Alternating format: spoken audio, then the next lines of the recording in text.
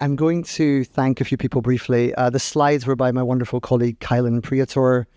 Some of the practices we'll do later. I got them from my colleagues, Ivo mentioned, Michael Breddy. And I just want to give a nod to them in case I forget later. And with that, let's proceed. Okay, so we're calling this the flip, the formation, and the fun. And in a minute, I'm going to describe what they mean and why we need them in more depth. But so that you have some sense of navigation, I want to begin giving an outline of each of them. And to understand why we need them, we first need some context. And this is where we get to Metacrisis. But before we bring in that language, whichever one's like Metacrisis, do we need that term? I once called it a concept only a philosopher could love, because it's got that kind of abstract, somewhat wonky feel to it. So I'm going to begin with something called the three-horizon model. Have any of you come across the three-horizon model? Hands up if it's familiar to you. Okay, great. 1, 2, 3, 4. I'd say maybe 10% of the room. Okay, let me take a moment then just to unpack what it means. The three-horizon model, at entry level, it's a way of saying the present or the near future, the medium term, and the long term. Those are the three horizons. But that's not quite right. When you actually get to know the model a little better, it's more sophisticated than that. It's really about attitudes to the future in the present. Just take a moment to ask yourself, what is my attitude to the future?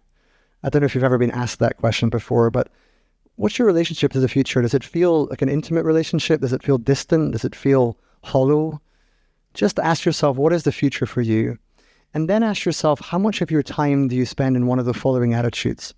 Because the first horizon attitude, and it's really more like a disposition than an attitude, is the managerial approach. People living in the first horizon, working in the first horizon, are contending with events as they arise. Classically, you would be solving, a lot of parenting is first horizon work. You have to get their clothes, you have to buy something from the shop, you have to make dinner. First horizon, just managing events as they go, okay? And I'm not knocking it. The first horizon is where we live in many ways. It's the present, it's the status quo, it's the world as it is. No need to bash it. The first horizon is okay. If you live in the first horizon, that's fine. The second horizon, I believe there's quite a lot of entrepreneurs in the room. Hands up if you identify as an entrepreneur here. 1, 2, okay, right. Yeah, that's 15 or so. So horizon 2 is really where entrepreneurs typically live. It's really the sort of the place of potential, the place for investment, the place where you're trying to make something new happen, trying to bring something into being in the second horizon. So the second horizon is typically the sort of the world of the entrepreneur. First horizon, managerial.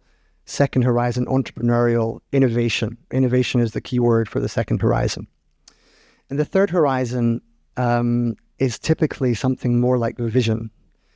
We talk about it as the distant future, but really it's that which is somewhat beyond our everyday concerns and everyday activities. The quality of the third horizon is the visionary, one who's trying to see beyond the present moment and is even going beyond immediate opportunities and innovations. Now, that's the sort of brief description of it, right? Everyone with me so far? Basic mapping of three horizons. It matters quite a bit for what comes next, so I'm going to take a bit of time to get this right.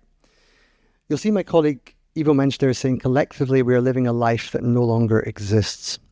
That's a way of saying that the world of consumer capitalism, indefinite growth, democratic nation states, a world of nuclear weapons, a world of growing AI, although whether that's the extent to which AI is a massive change and the extent to which it's an overinflated bubble is an open question. But certainly the world that we recognize from the news, many people feel that they're in a kind of dream, that on the one hand, they go to the shop, they buy their milk, they carry on living as normal.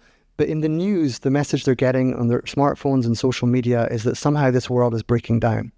They don't know how quickly. John mentioned revolution. It's not clear if it's going to happen tomorrow, but there's a sense of the world making less and less sense and feeling less and less stable. I don't want to be too leading, but who feels that characterizes their own experience?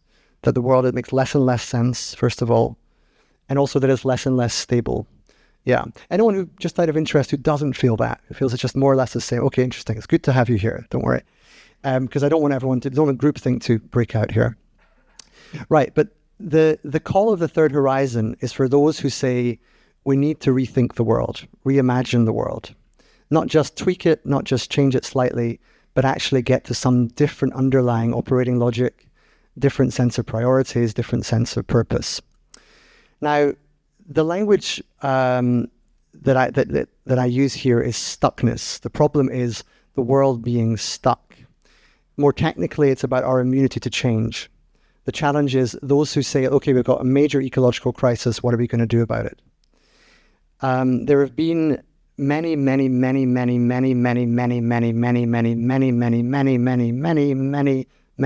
think that's about 23 UN reports with increasing alarm saying, guys, this climate crisis is really pretty serious. And that whether it's the cumulative atmospheric emissions or the probability that we won't reach existing climate targets, the possibility of wet bulb temperatures in major cities around the world, killing people through excess heat, the possibility of loss of stability of food crops, of access to water being difficult, of climate breakdown causing civil war and so on.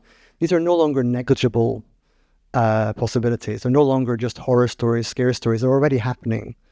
Many people are, for instance, just no longer buying waterfront property, for example, because they just see that sea level rise is impacting. So it's already a real and present danger. That's partly what I mean when I say that we're living a life that no longer exists. Many can feel that already these changes are sort of baked into the present. Even if they're not quite here, we're already making decisions as if they are. But when you turn on your news, to what extent are we talking about this? How much of the airtime is about really trying to imagine a different future, really trying to change the way we live at scale, really trying to find a meaningful path forward for 8 billion people plus? My experience, not that much. Mostly you have what I call first horizon gossip. And gossip, I should say, is not a trivial notion. Anthropologists study gossip. Gossip is a kind of social grooming. It's a way we form attachments and we build connections with each other. So I'm all for a bit of gossip. It's not to denigrate it. But we do find that we spend a great deal of time asking, is Kamala Harris going to win Philadelphia or not in the next election? Was Brexit a mistake or not? Yes, it almost certainly was. And so on and so on. We do a lot of H1 gossip, right? And that's fine, but it means that's where a lot of our energy is going. A lot of our energy is going there. A lot of our time, a lot of our creative energy, and it's mostly sunk cost. It rarely changes anything, right? Somewhat more complex. And any philanthropists in the room? Anyone here who works in that world? Okay, interesting. So this is particularly a message for my experience of philanthropy over the last 15 or so years. This doesn't apply, of course, to every trust and foundation or donor, but I've noticed that this notion that I'm about to describe as the H2 minus vortex really does matter. And what that's about is that many people think, I know, we've got lots of problems in the world, we have to invest in change, right?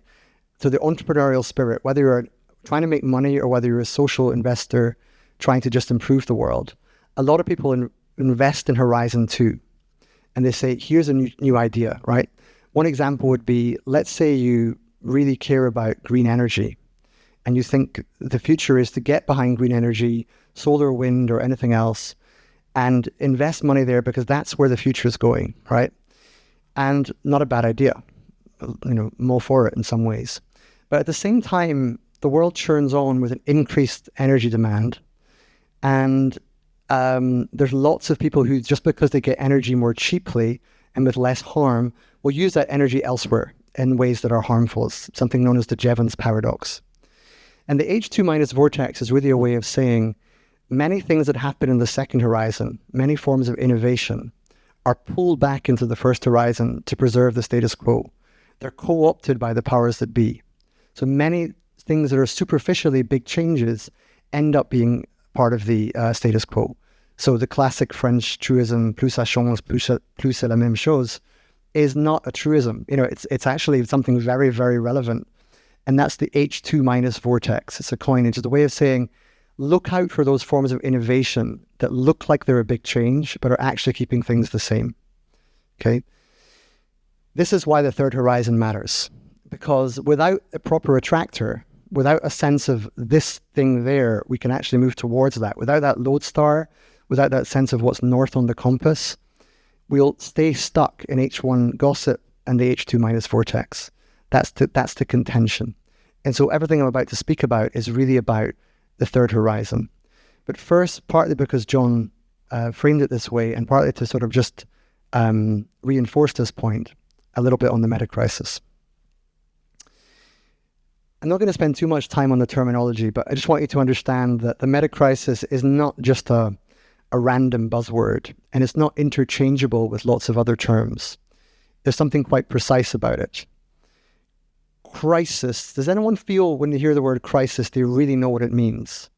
Crisis has a really deep intellectual roots. It goes all the way back to Greek medicine, and it's often about the turning point of a disease. It's like if you get the disease at a certain point, you can save a person's life. If you don't, they could die. So it's a critical moment. I mean, by definition, a critical moment. But it's about that point where things are about to turn, where the world is momentarily up for grabs. Crisis has quite a particular meaning. It's quite distinct from emergency. Emergency is kind of act now. The quality of emergency is urgency. But the quality of crisis is more like discernment. It is time sensitive, but you really have to pay attention to what the turning point is. Which way are we going to go? So the idea of crisis really matters. But here's the thing. If you've been watching the news for the last few years, and I imagine Montreal's, relatively stable part of the world. But when you look at what's happening in Ukraine, in Gaza, if you look at the melting West Antarctic ice sheet, if you look at the possible changes wrought by generative AI, you have this sense of a world in very deep flux.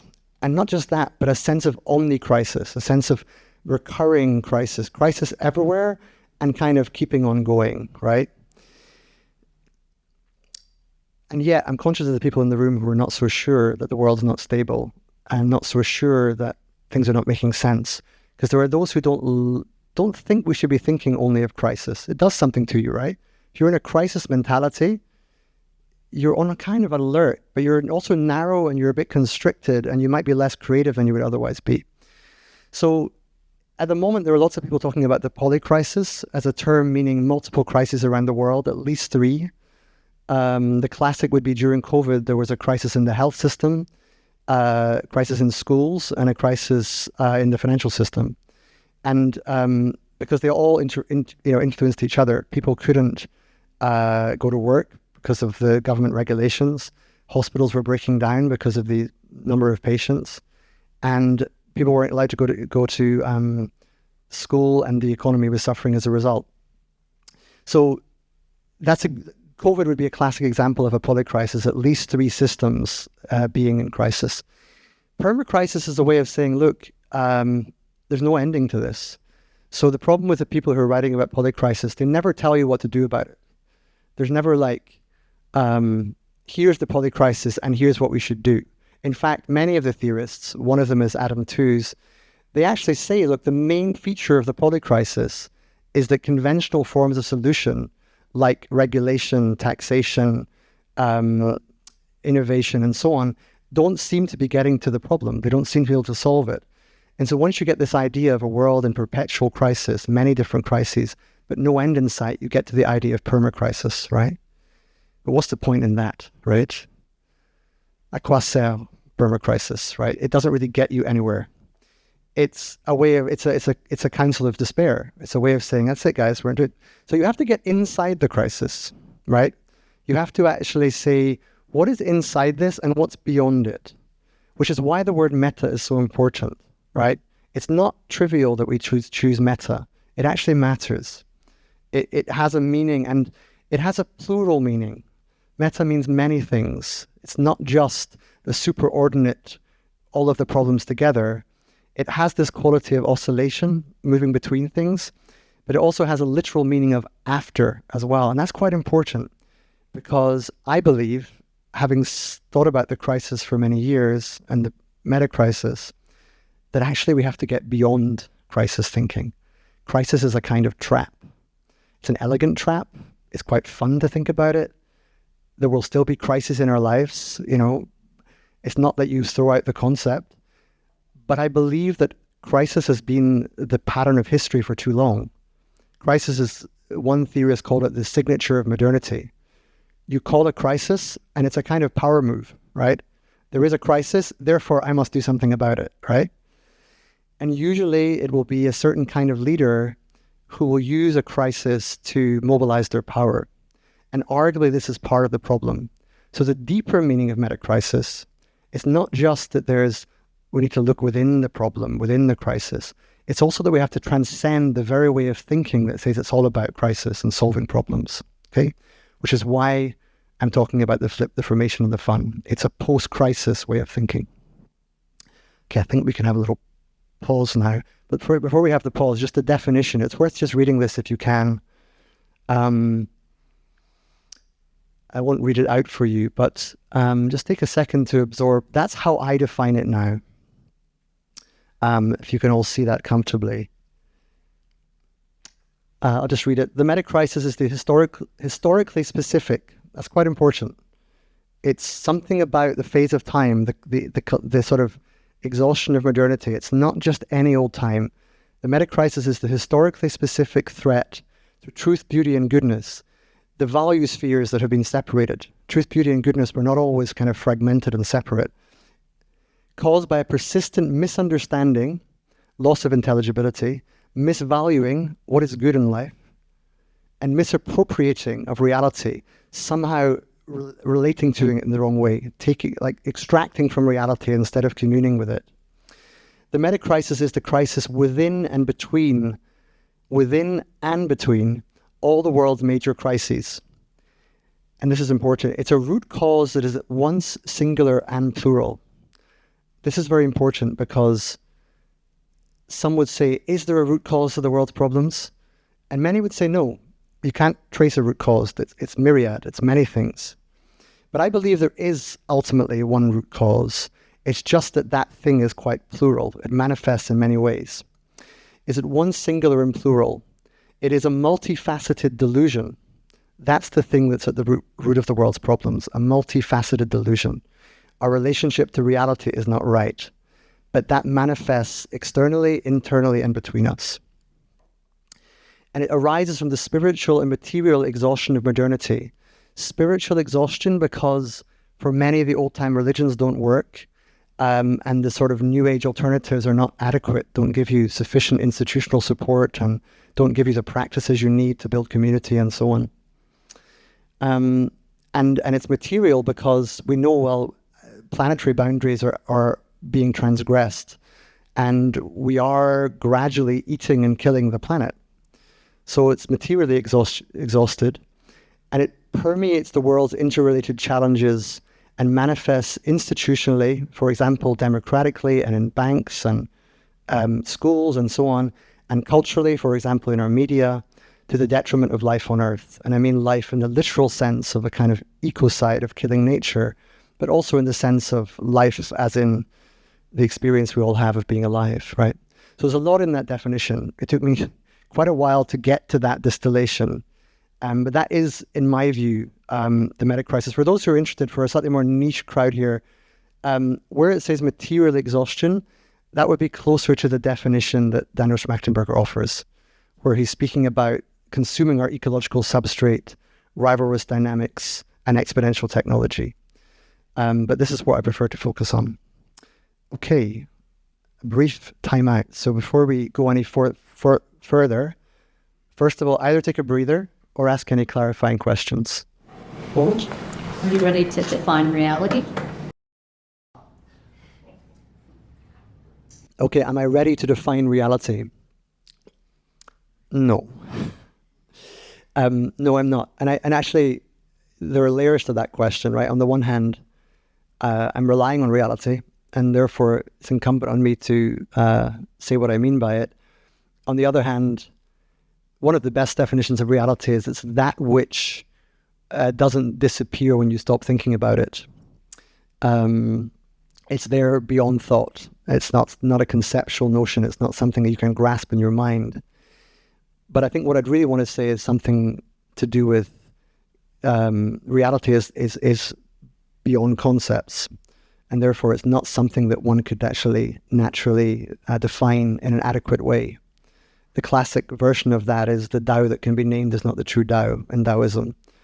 So the reality that can be defined is not the real reality. I don't think that's a cop-out. That's genuinely my kind of answer, if that's okay. You look very quizzical. Okay, gosh, we're going to struggle with all these questions, but who wants to ask the most? The most force in the hand, let's see. Okay, you go first. From your definitions, do we understand that metacrisis existed all the time throughout history? It's not something new? No, my reading of metacrisis is that it has occurred before, but it is always historically specific. In other words, it's a function of cumulative time giving rise to socio-economic political pressure that manifests psychologically and spiritually and gives rise to a kind of feeling of being out of kilter with reality, of things not working, not making sense. So many would say that, for instance, the time of Christ was a metacrisis. If you think about it, there was an occupying Roman army. There was people waiting for some kind of revelation. There was a lot of ambient violence and a lot of confusion about the right way forward.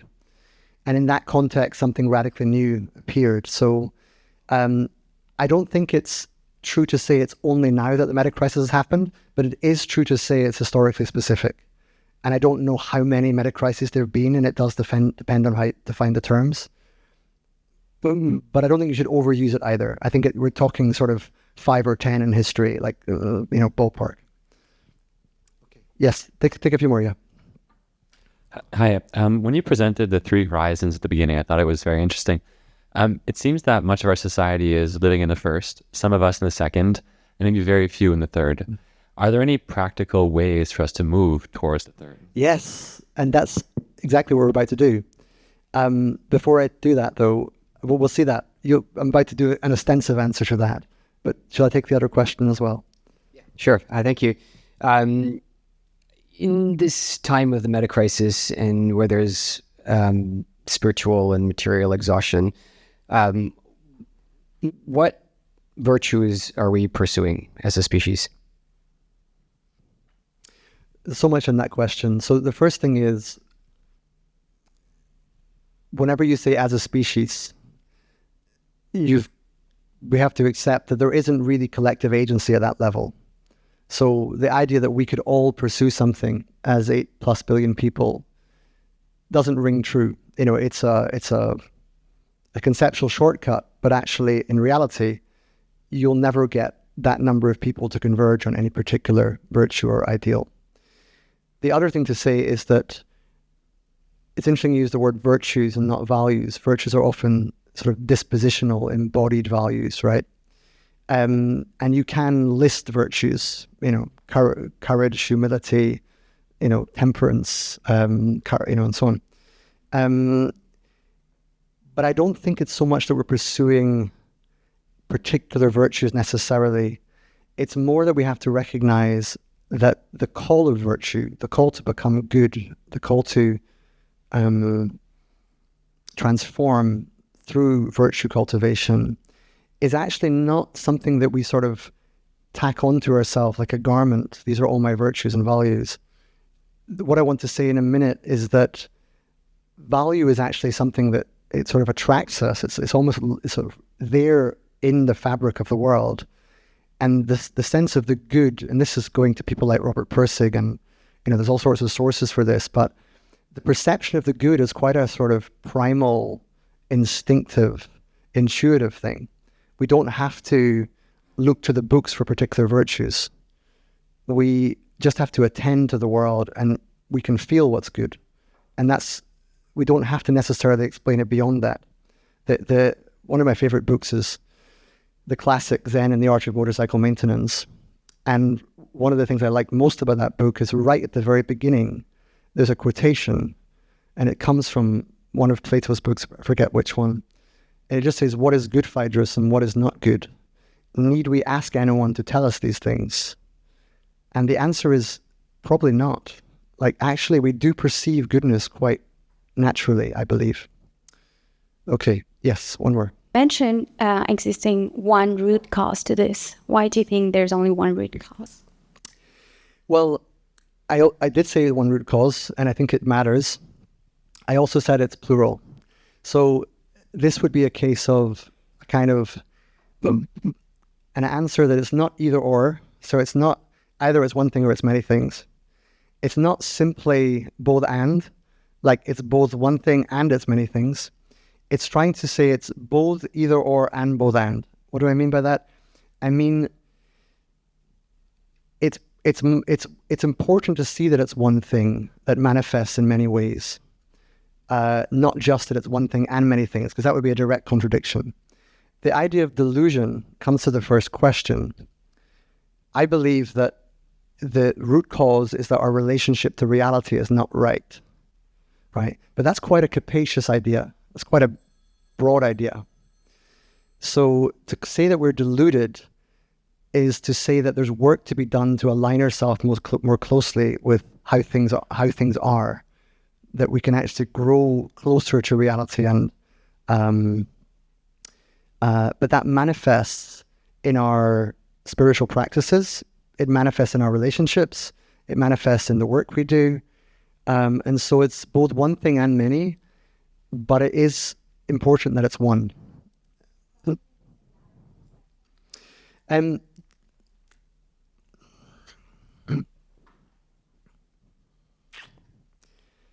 Everything's a matter of perception, but that doesn't mean there's not an underlying reality that's independent of perception, right? So I think it's helpful to think of delusion as a root cause that manifests in many ways.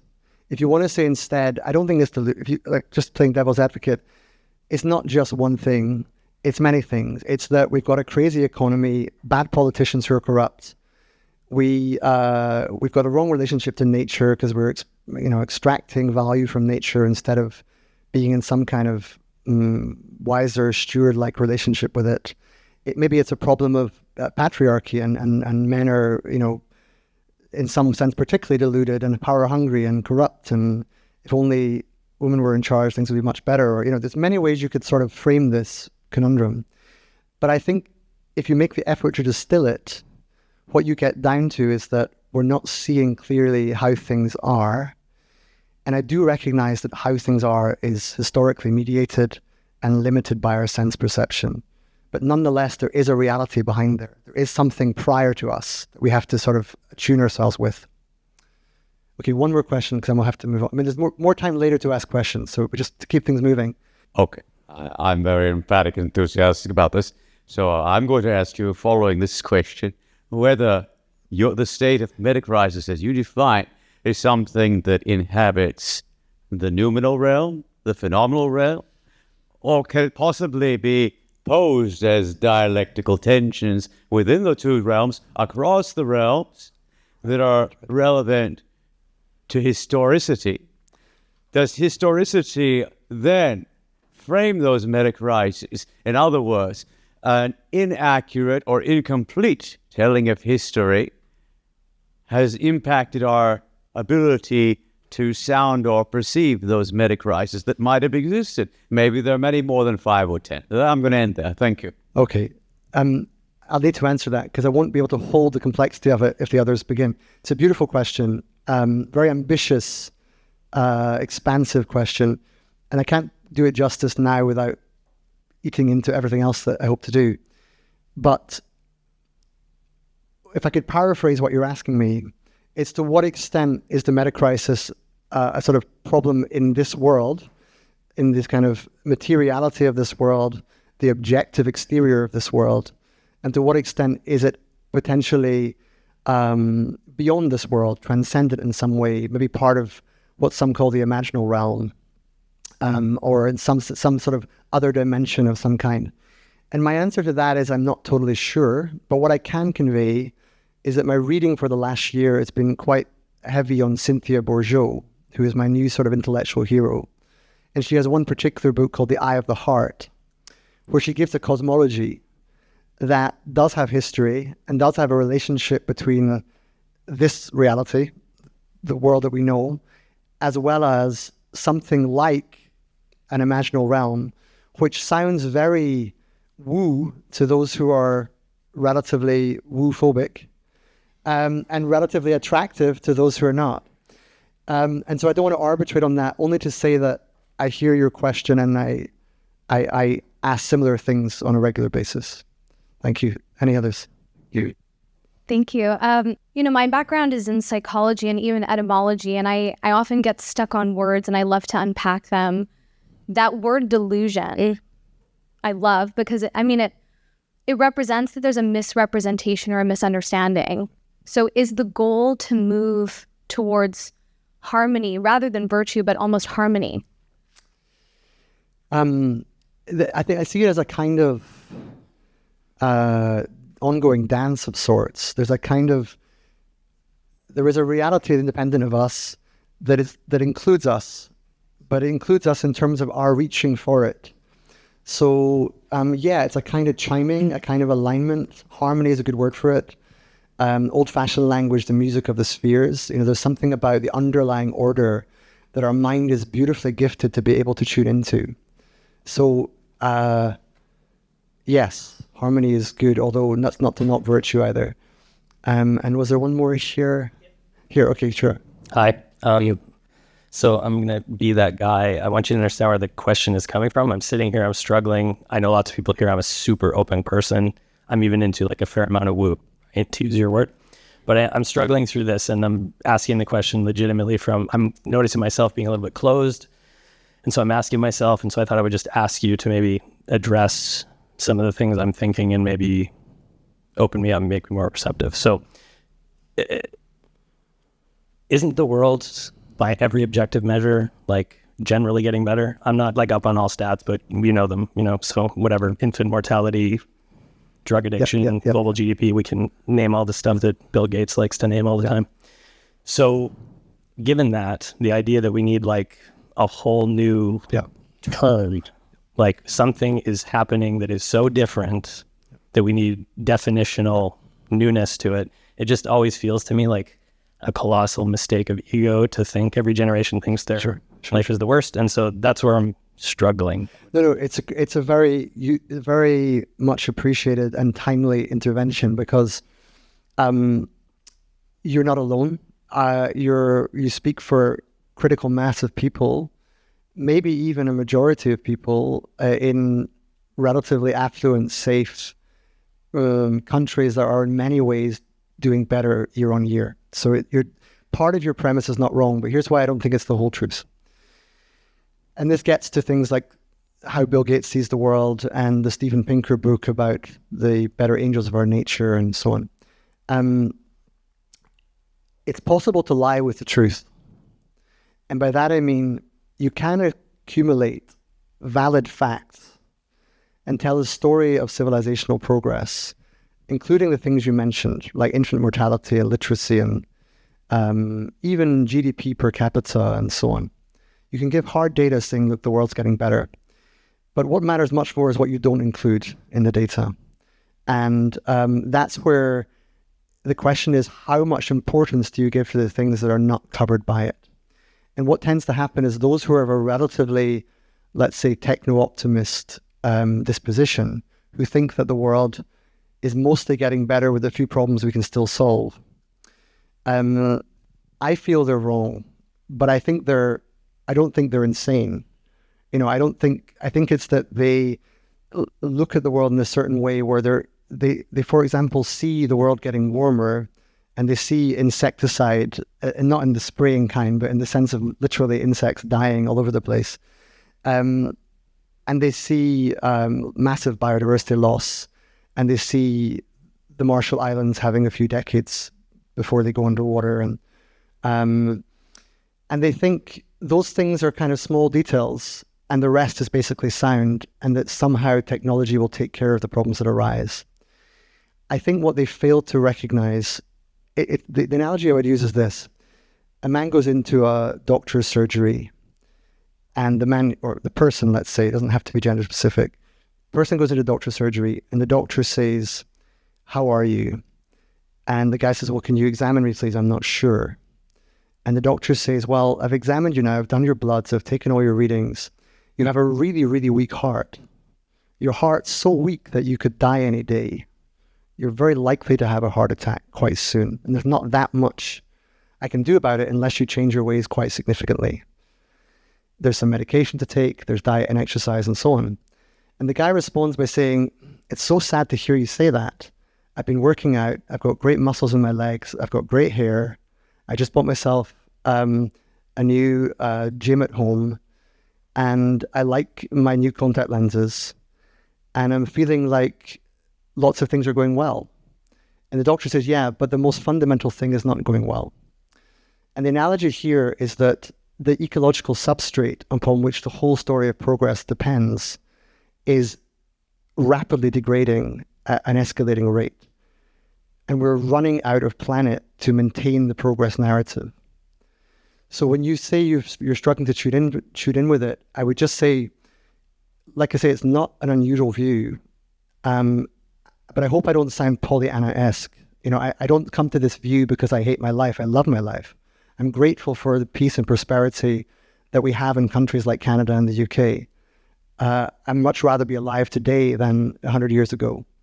So there's a lot to the progress story that's true. It's just not the whole truth. And the aspects that are not included in the whole truth are aspects that I think the optimists don't give enough credence to, because it's more like your heart than your hair, if that helps. Right.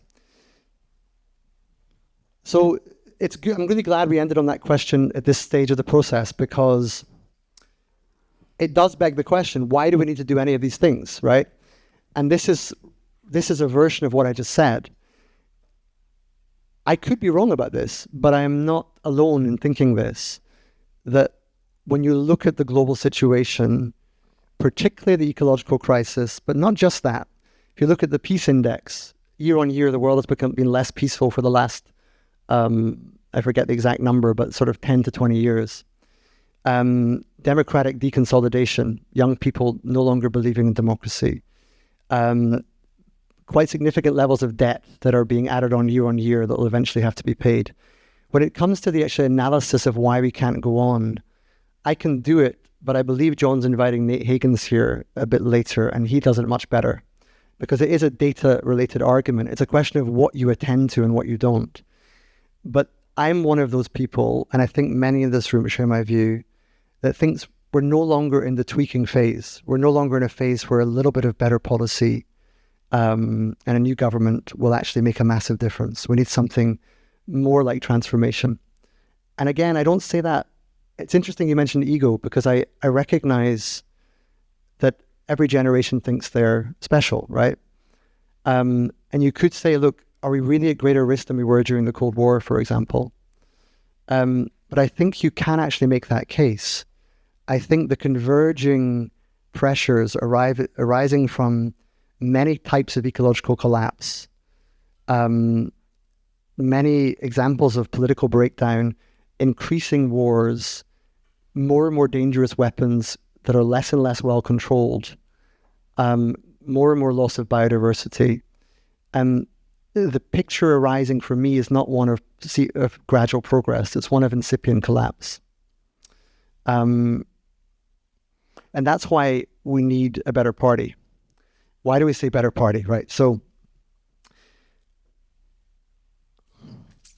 how to get this right? So, the problem with the story that we need transformation and that everything has to change, which sounds way too dramatic, is that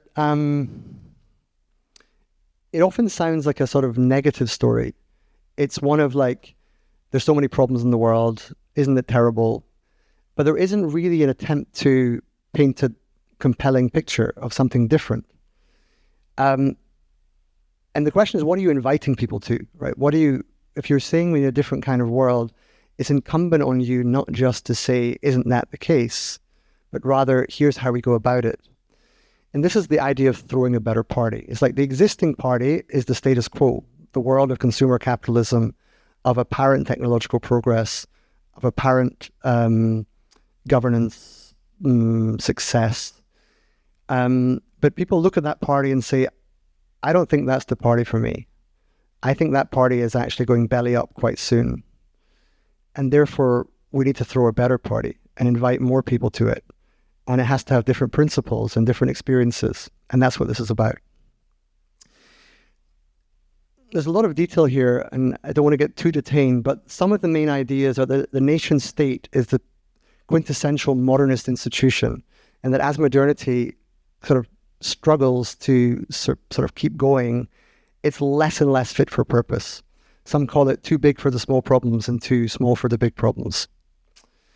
Some kind of new political economy is inevitable. It doesn't necessarily have to be a post-growth economy, certainly not in every part of the world, but one way or the other, whether it's forced upon us or whether we create it ourselves, there'll be, whether it's through greater prevalence of cryptocurrency, whether there's something like a universal basic income, whether there's a different relationship between nation states and banks, one way or the other, there'll be some new political economy arising.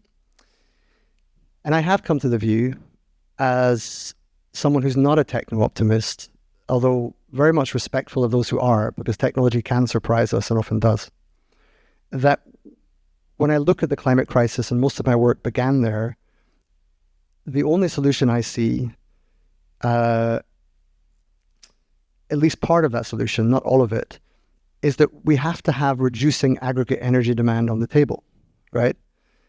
Now, people will always want energy. We're an energy-hungry society. Energy allows you to do all sorts of things. But unless we say that energy is, in some sense, finite and scarce and valuable, and we have to protect it and not waste it, I don't think we're going to manage to have a prosperous China and Africa and India and carry on the lifestyles that we expect, because the energy story just doesn't stack up. And I think the broader implication of that is, if you're going to use less energy, you're going to be less concerned with consumer outputs, less concerned about creating objects of desire that are sold to you through advertising, in which your desires are manufactured so that you constantly want to buy new things that have to be created through energy. The story of growth has to have some kind of story of maturity. People in this room, are you rich enough? Maybe, maybe not. But the question is, we can't just have this indefinite growth on a finite planet. And yet, it's also not easy to free ourselves from that. So that's the fun. Why we need a better party. Why do we need to live on a planet? Or rather, why do we need to learn to live on a planet? You might think we already know how to live on a planet. But in the last sort of 10 to 20 years, I've noticed quite a distinct shift from the language of globalization to planetization. And it's really quite important. On the one hand, it's kind of the same thing, but it has quite a different effect. Globalization is really a liberal project about the free flow of capital across nation states. Planetization is much more about the connection between, all the way from the micro level of the soil and the nutrients to the macro level of the climate and major systems that affect the planet as a whole. And it's also something to do with the cosmic nature of planet Earth, that just as we become aware of ourselves as a species that really might be stupid enough to destroy our only home, suddenly the awareness of being this speck of blue dust in space is all the more real. It's like, my God, we live on a planet. And just take a second, we're in a room in Montreal, but just allow your mind to go up and up a bit more, and you're in the sky, and you're in the clouds, breaking through the atmosphere, up there among the stars, looking down, and there you are, and there's planet Earth. And it's just unbelievable, like far reaches of space, and we're this tiny, tiny, tiny planet. And it's so precious because it's given rise to conscious life. And through language, it's given rise to culture and all that we value about the true, the good, and the beautiful. And yet it's so incredibly fragile. And it does look like we might be stupid enough to destroy it. So that shift to learning to live on a planet is a relatively recent phenomenon, and it connects to the need to get beyond the nation state and new forms of governance.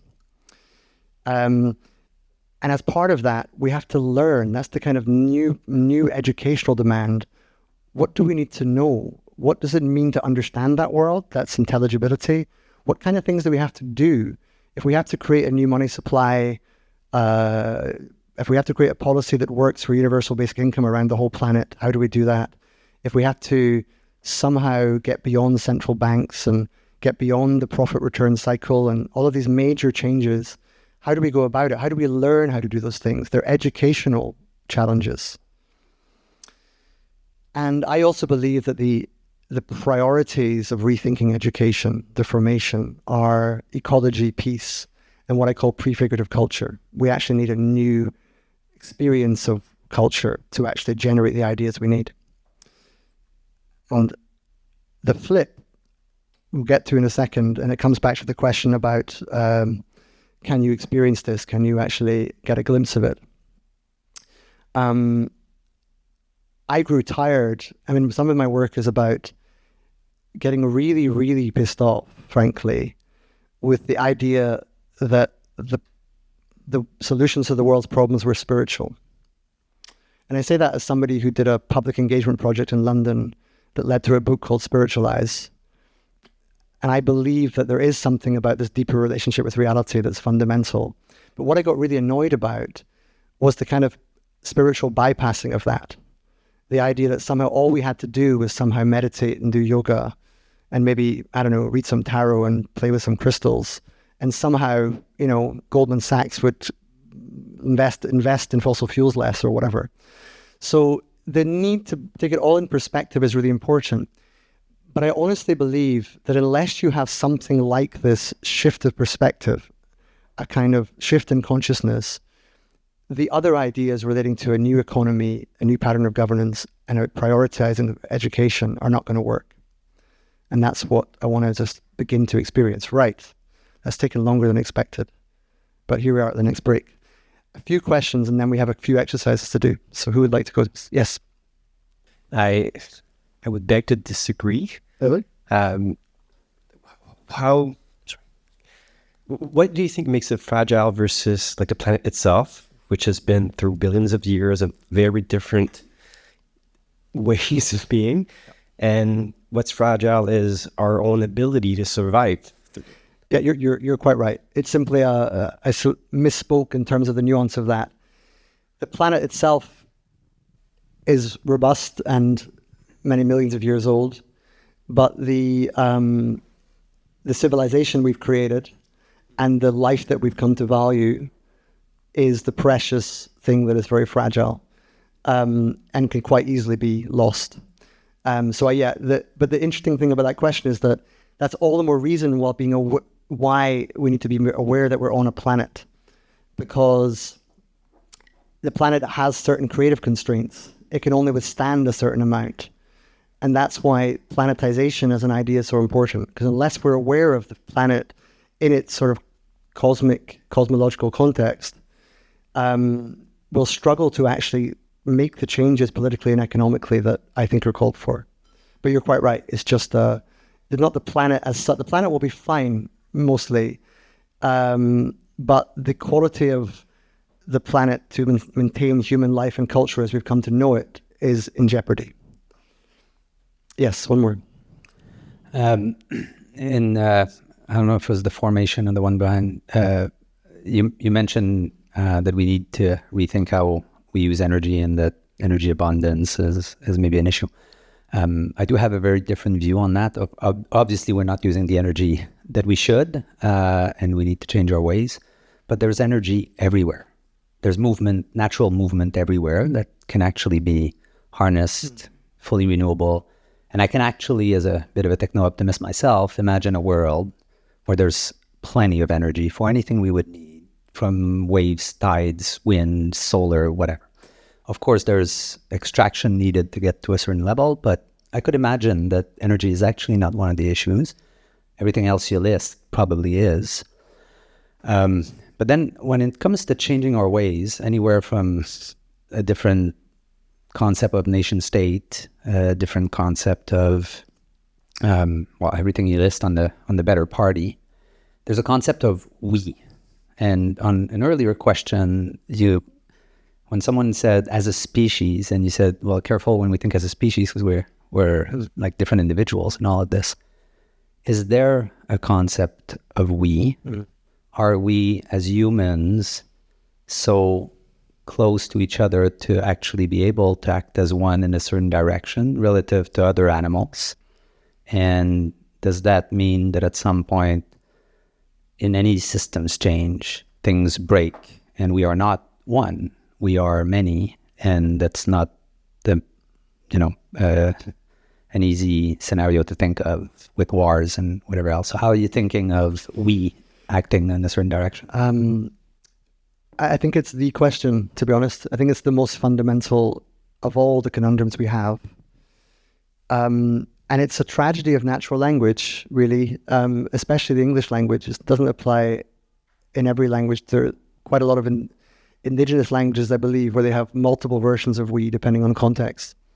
But in English, which is lingua franca for international business, pretty much, and much of international governance, we use this word we to mean anything from 2 people to 8+ billion and everything in between. And it's a really, really problematic feature of our language because it limits intelligibility when it comes to advocating action. If you want to express something that should be done, invariably you say, we need to shift from fossil fuels to renewable energy in the next 20 years, right? And that might be true if you're in a certain part of Europe and you have a local government who's invested in a business who's willing to provide it and so on. But it's not intelligible if you're in a village in India that has a coal mine nearby that you are very much hoping will be used to feed your children and create a school nearby and so on. So the language of we is a major design constraint, and it can be synthetic to create new words, but if anyone's a linguist here, the challenge of actually creating multiple forms of we that allow us to speak more intelligibly about different levels of agency and action, it would be very useful work to do. So I agree with that. And I take the point about energy in principle being abundant, but like you say, the open question is the cost of extraction or the cost of creation and the indirect effects of that on other features of nature and so on. Okay, one more question. Thank you. I'm going to do some thumb, which is a translation from French here, which is je fais du pouce, on what was said about we, because I was literally saying we in my mind when a gentleman there said we. So my question is, what do you think the role of a critical mass is right now? Because I'm very self-aware now of those who are not in this room, obviously. And to that question of the role of a critical mass, whether to flip or to so on, how would you see the framing of mass versus volume? In the sense that does a critical mass look like an amount of people that we need to increase? Or is it volume, or is it more like a mass, as in we need people in more key strategic positions to flip? Right. And what's the ratio between the two? Right. Thank you. Gosh, it's like an engineering question and with a bit of physics thrown in. No, it's very good. Look, I don't know, but it's the right kind of question to ask. What I do feel is that, again, with the we problem in mind, invariably where you're asking for a change like the flip, or like patterns of formation, or creating a new party, it's definitely not going to happen everywhere all at once. It will have to happen gradually. There will be network effects. There has to be a story of social diffusion. If it is a better party, what leads other people to want to create their own parties? To what extent can the flip be individual? To what extent is it collective? To what extent can we make it happen? To what extent do we allow it to happen? These are open questions, but they're the right questions. It's actually a third horizon or H2 plus kind of question. How do you innovate to get towards the third horizon rather than be pulled back by the vortex into the status quo? Mass and volume, well, there are metaphors here. It's almost like acupuncture or something if you look at the globe, but I think it's just to let you know it's a good question, but a full answer would have to wait. Okay, Was there another question now, or because I want to? Okay, yes, Alan, quickly, and then we'll take a brief break. I was going to ask you about we. Do we deserve to survive on the planet?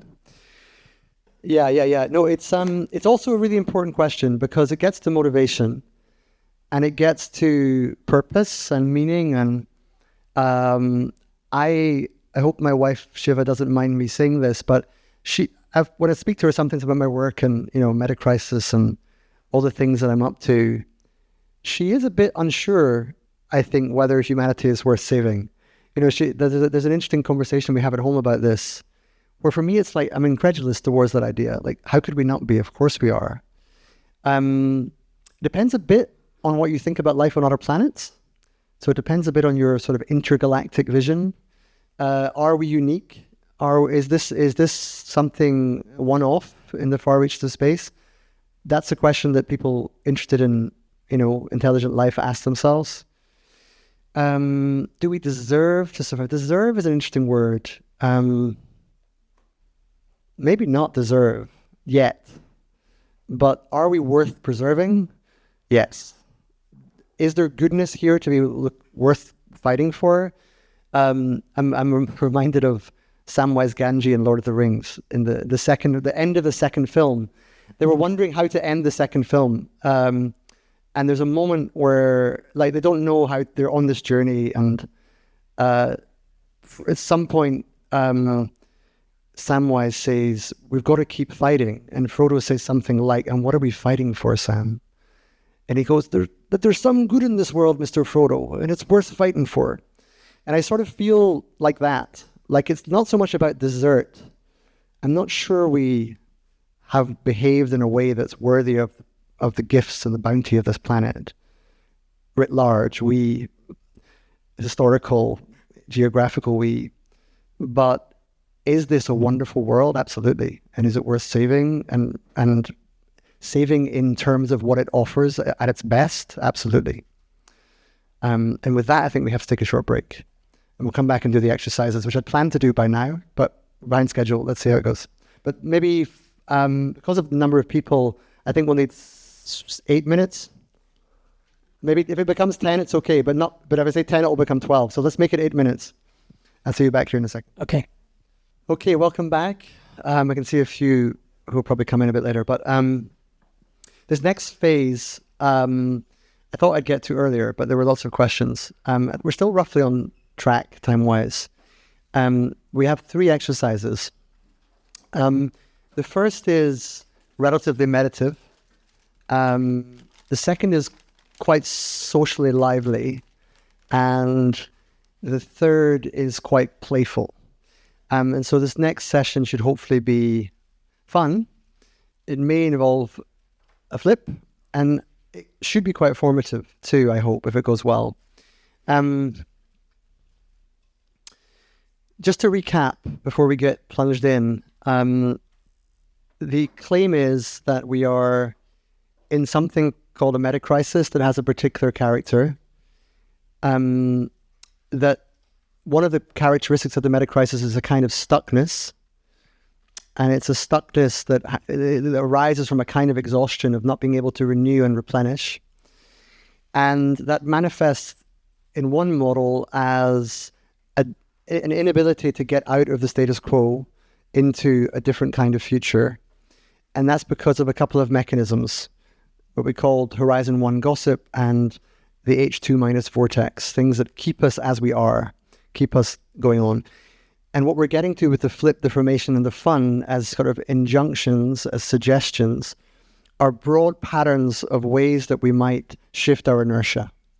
And that the argument is that each of these things may be required and that they may need each other in some way. So it's not just that the flip will do it, or the formation will do it, or the fun will do it, but rather that for the fun to work, for a new political economy and new patterns of governance, it will be difficult without the formation, the ongoing learning and improving intelligibility and capability. And it will be difficult without the flip, because the flip's what allows you to relax into a different way of knowing and seeing reality differently, that makes you open to the possibility of society being organized differently. So these things are all relevant. So before we do these exercises, they're not gratuitous. They are, in a sense, trying to give you an intimation of the kinds of things that may have to happen at scale. And while it might be relatively small scale here in this room, I'm trying to point towards the patterns that I think might work at a much larger scale. Okay, the first thing might be relatively familiar in the section on the flip. Alcohol and psychedelics. And this is just a way in quickly to say, look, anyone here, I mean, you may not all drink, but most people in this room will have some experience of being drunk or even just being a bit tipsy. And they know that when you have alcohol, it shifts your consciousness in some way. Quite mild way, maybe. But the notion that there's a different type of mind when you're drinking is intuitive and I think quite conventional. Psychedelics a bit more so, a bit more ambitious. The changes can be more profound. I can say that I've never taken psychedelics myself because I have schizophrenia in my family and it's contraindicated. But I know lots of friends who have, and they often say how ineffable it is and so on. But nonetheless, they do get to the sort of expansive awareness that it gives you, and also a kind of awareness of your own awareness and a kind of a sense of consciousness being vast and very different from everyday life. So the notion of the flip is already there in day-to-day life. I'm just trying to say that it's not that exotic. We're talking about a shift of mind that we have some felt sense of already, and increasingly conventionally so. But I'm also trying to get at that feeling of the flip as a kind of shift of perspective on a large scale. It's not clear if this is a new axial age, but for those who are not familiar with the term, the axial age was a sort of period of time. I think of it as sort of 500 years before Christ, basically, plus or minus 300 years. Depending on your historians and so on, they debate, and the archaeologists as well. Some people challenge the idea, say there was never really quite such a thing, but many major theorists, Karen Armstrong, Robert Bellah, and so on, say there was a period of history where it was as if humanity woke up. There was a period of time where there were issues in the external world, just as there are today.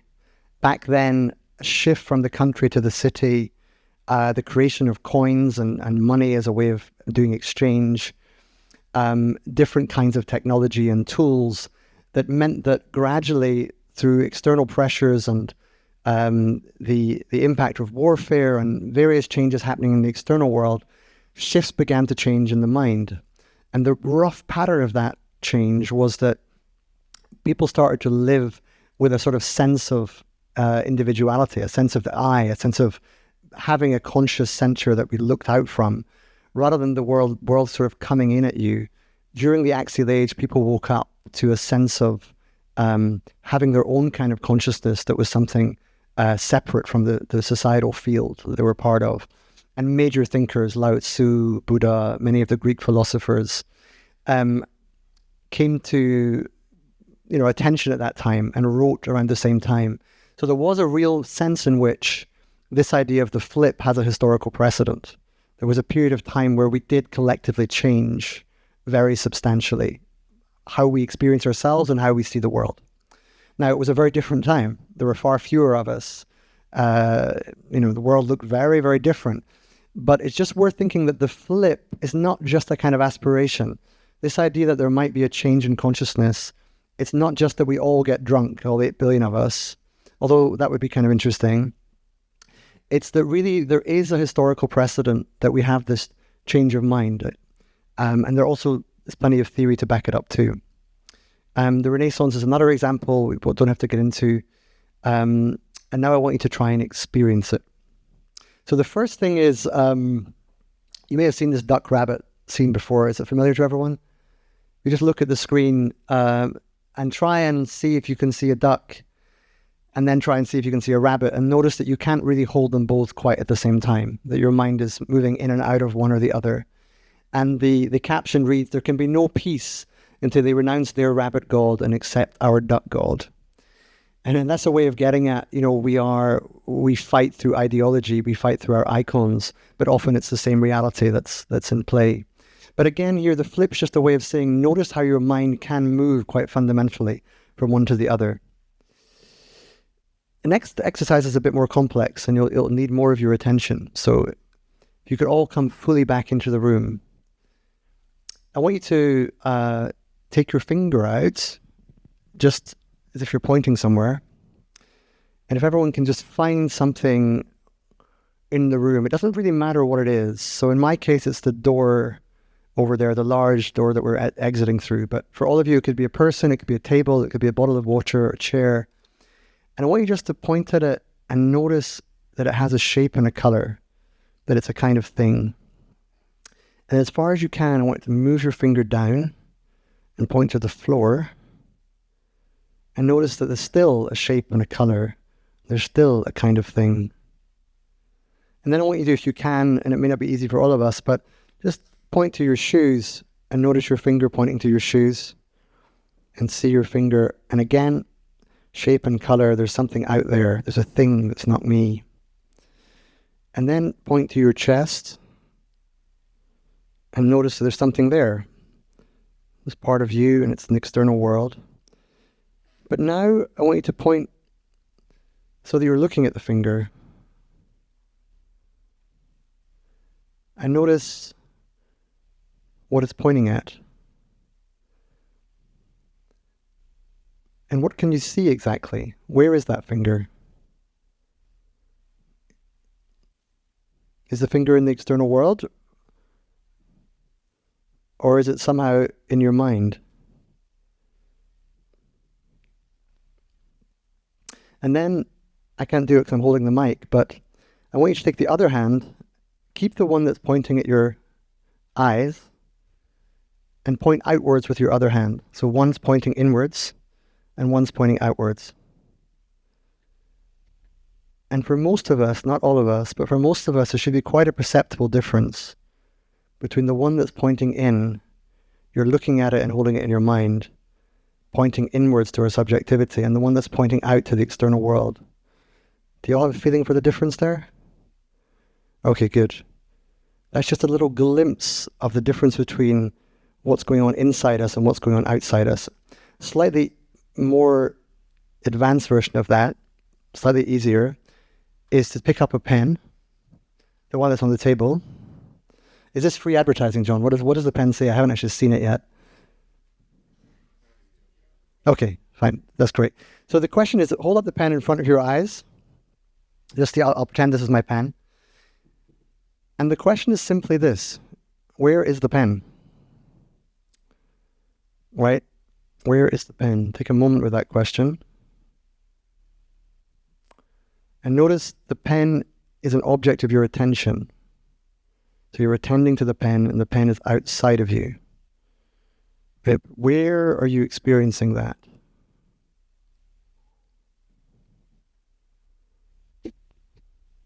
And then anyone who wants to say, where do you think you're seeing the pen from?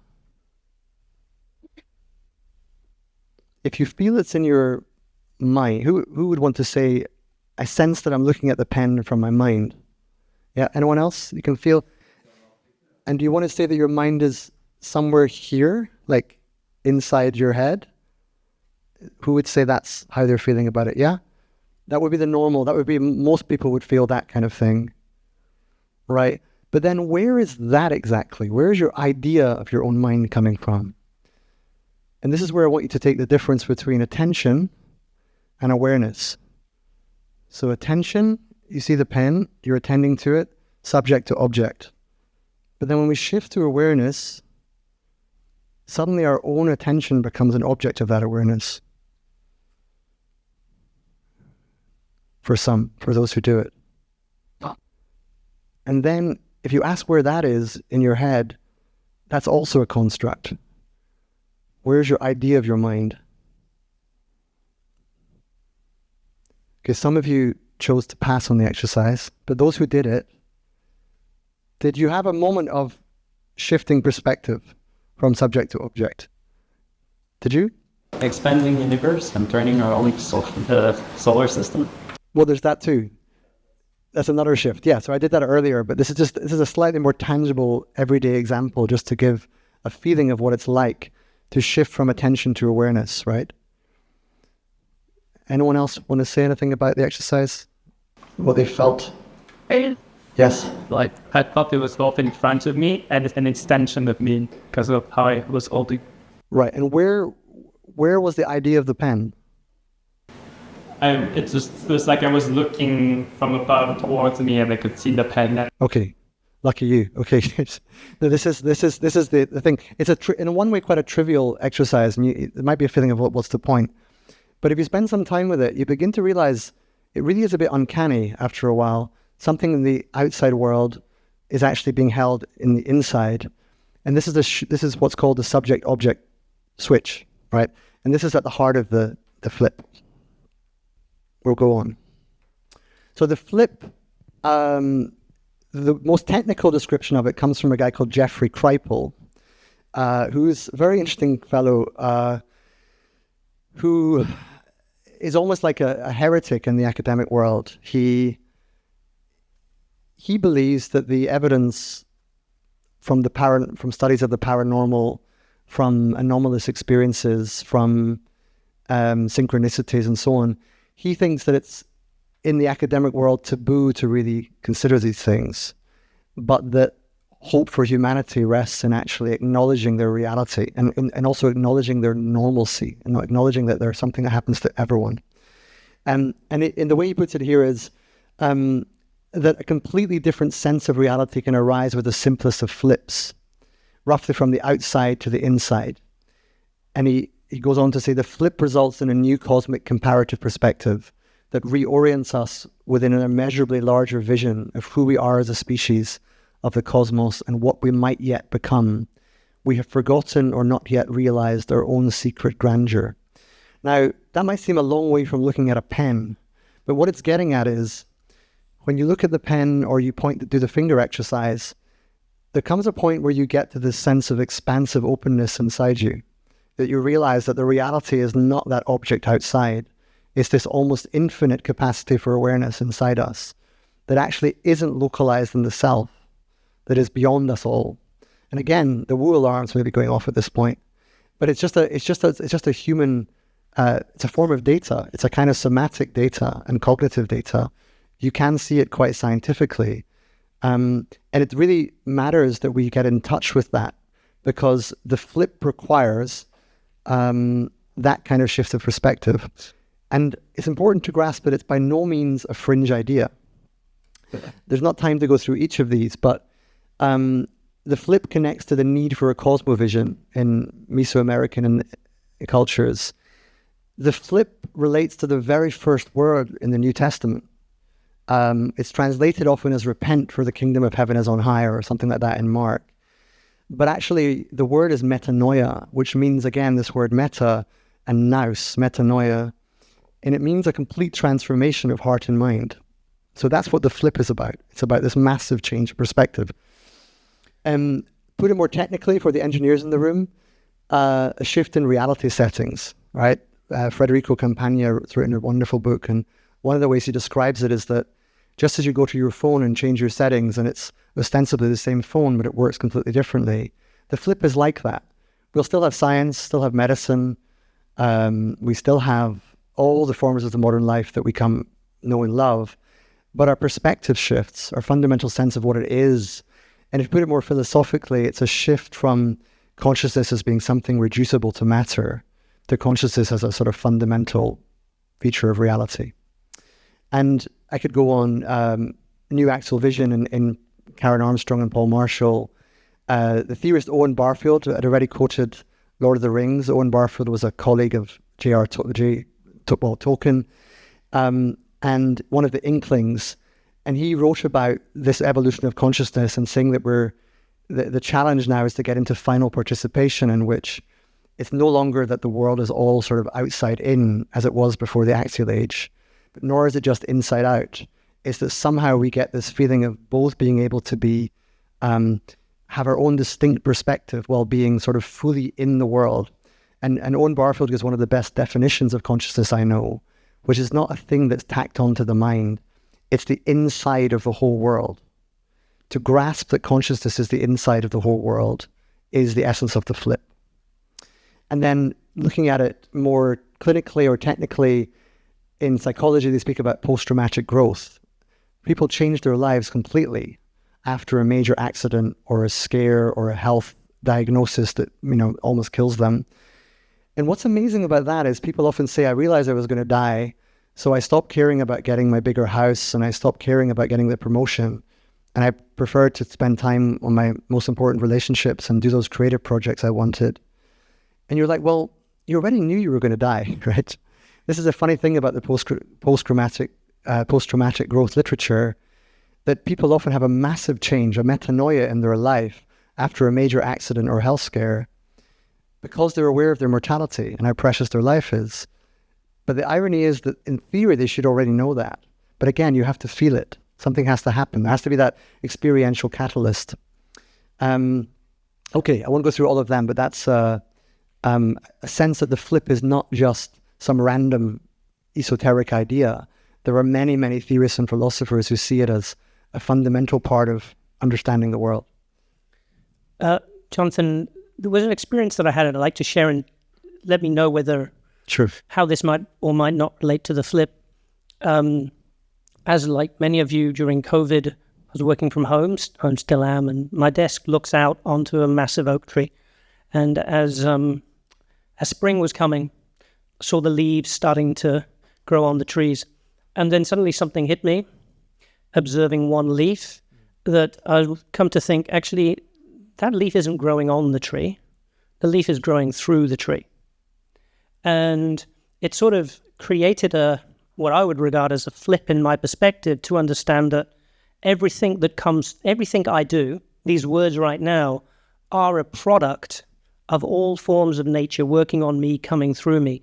And the idea that it is me, as opposed to it's something that happens to be coming through me and I have the consciousness to observe it, is a sort of the experience that I had. No, great. It's a great example, because the flip can happen in a like a relatively quotidian, domestic or professional setting like that, where it's a sudden jolt of, oh, the world's not quite what I thought it was. And it can happen, as I say, through substances, alcohol or psychedelics or other things. But these things are intimate with a larger flip, which potentially can happen collectively and has done historically. So I guess I'm arguing for a belief in the possibility of the flip as something that we might in some way work towards, and how is the question. Because I believe without this kind of flip, without this shift of perspective, the other ideas relating to political economy and governance and education will not root in the way they need to. Because what the flip does is it fundamentally gets you away from an inherently materialist view of the world, in which we are islands of consciousness in sacks of skin, and our job is to consume until we die. Once you realize that that's not it, the question becomes, what is it then? And that's where you orient towards intrinsic value and the other things that allow you to create a basis for a more sustainable world. Okay. Little break. Any questions? Go into the formation. It's about to get more lively. Yes. Isn't what you described the solipsist point of view a bit Leibnizian? In perspective, you have these islands of consciousness, and when they awake, you have a more unifying perspective that it can be shared, and it gives a context for one's consciousness. And that, in a sense, whether you look at the neurological level or the neuropsychological level, is probably what helps identify ourselves. It's that same, experience that we had when we were putting the pen in front of us. Actually, for me, the most striking one was the finger. I really felt uncomfortable having my own finger pointing at me. Sure. I think I had some sort of Levinas type of a moment. Okay. But okay. Yeah. Well, is that the context that you're painting? I mean, look, it's been 25 years since I read Leibniz, and what I know of Levinas is that the face is very important. But I'm sort of slightly joking, but what I'm getting at, look, it's 8 billion plus people, and it comes back to the question earlier. Here's the way to frame it. Some people have asked me, like, if you got a chance to speak to Davos, the current powers that be economically and politically, what would you say to them? And I thought about it for a while. Like, what would your pitch be? And I came to the view that actually I wasn't sure I could say anything that would matter. And not because I'm defeatist or I wouldn't welcome the opportunity.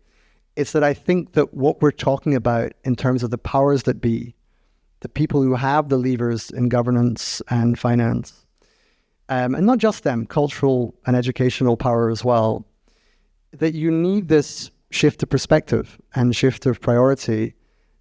Without that, if you still think fundamentally this is a material world and basically an accident, I don't think the orientation, the metanoia required to really rethink the world and reimagine its possibilities is there. So in effect, there's also, I don't know if any of you know the book, The Ministry for the Future, but it's a really wonderful book about, it's a little bit long, but it's very good in many ways about how we actually succeeded in overcoming the climate crisis. And it's on multiple fronts, from lots of technology and trying to sort of repair glaciers and on the one hand, and then the UN governance things, and then getting Chinese finance to invest in certain things. And it's very much all over the map in a good way. It's precisely the kind of multi-pronged approach you'd need. But at one point in the book, they basically kidnap the world leaders in Davos. And they're trying to sort of drill into them, look, you can't carry on pretending that you're dealing with this problem. You're not. You're basically just, years are going by and nothing's changing. And what I was getting at earlier about all these UN reports is, while there's a report about how dire the ecological predicament is, there is not a concurrent report about why we haven't dealt with the last report. The story just keeps getting worse. The scientific assessment keeps coming in, but there isn't the same report saying, well, the reason we haven't dealt with this is because these are all our competing commitments. These are all the things that we can't say. These are all our hidden assumptions. These are all the things we're invested in and can't let go.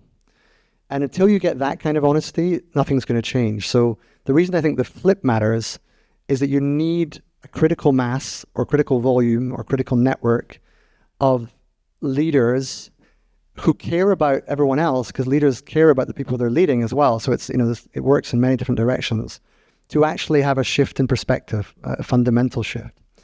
But that by itself is not alone. This gets to my point about spiritual bypassing. It's not enough to have the big conversion experience. It's then what do you do? And that's the next exercise, right? Just in time, as the energy begins to fade a little bit. I need you to try and be in groups of 6 as far as possible. Okay, next thing, just so we know where we are, just a very quick recap. We're now in the phase of having spoken about flip formation and fun. We had a little intimation of the flip. This is a little intimation of the formation, right? It gets to the question of what it will mean to learn how to survive and thrive in the remainder of the 21st century.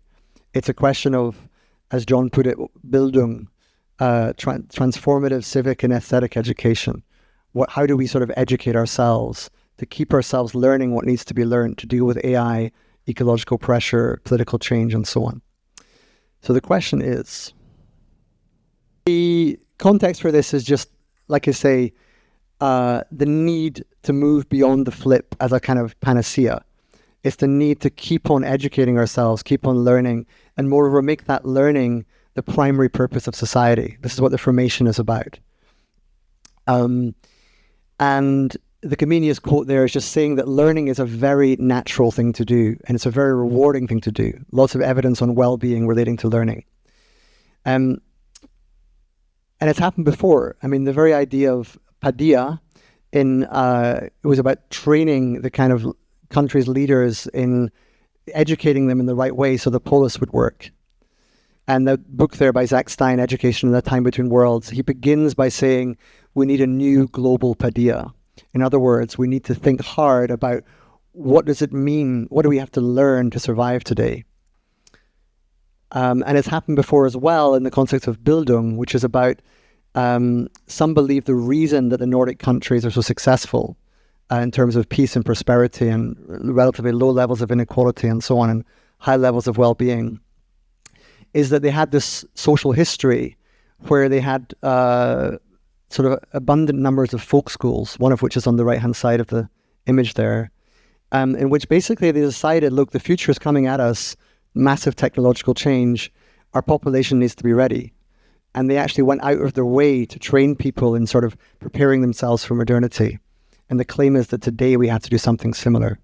And this is where I wanted to get to.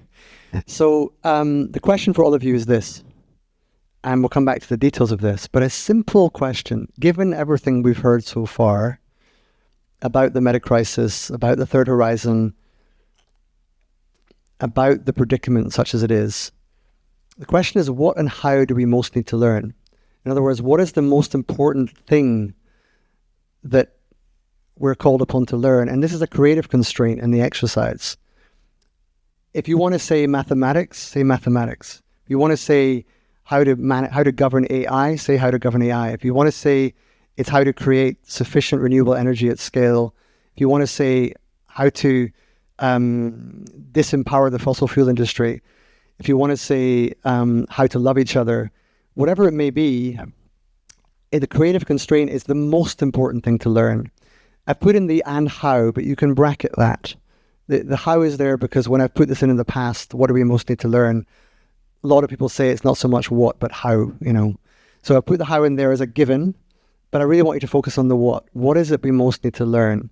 If you were saying, look, given the situation in the world, here's what humanity and people in it, here's the priority, here's the educational priority. What is it?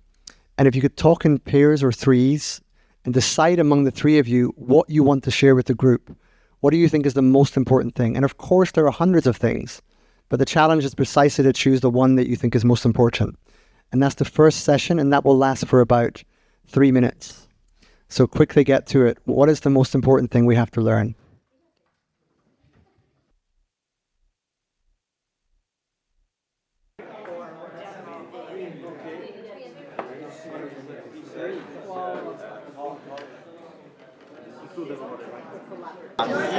Et on ne peut pas interagir avec les autres. On peut pas avoir, on peut dire, ça veut dire évolution didactique. On va rester en fait. That was my first thing that came to mind. But then I tried to go a little deeper. I think it's about fear. It's about how to manage fear.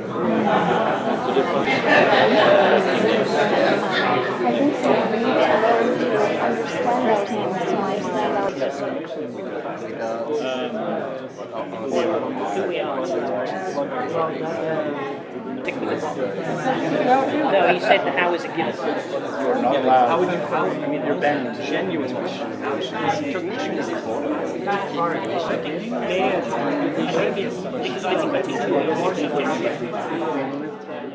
I know there's plenty more to discuss, but what I want you to do now, because we're going to keep on with this question is going to stay with us for a bit, is I want you to, keeping in mind the paper you have available, yeah, that's good. If you have a smaller piece of paper, it's fine.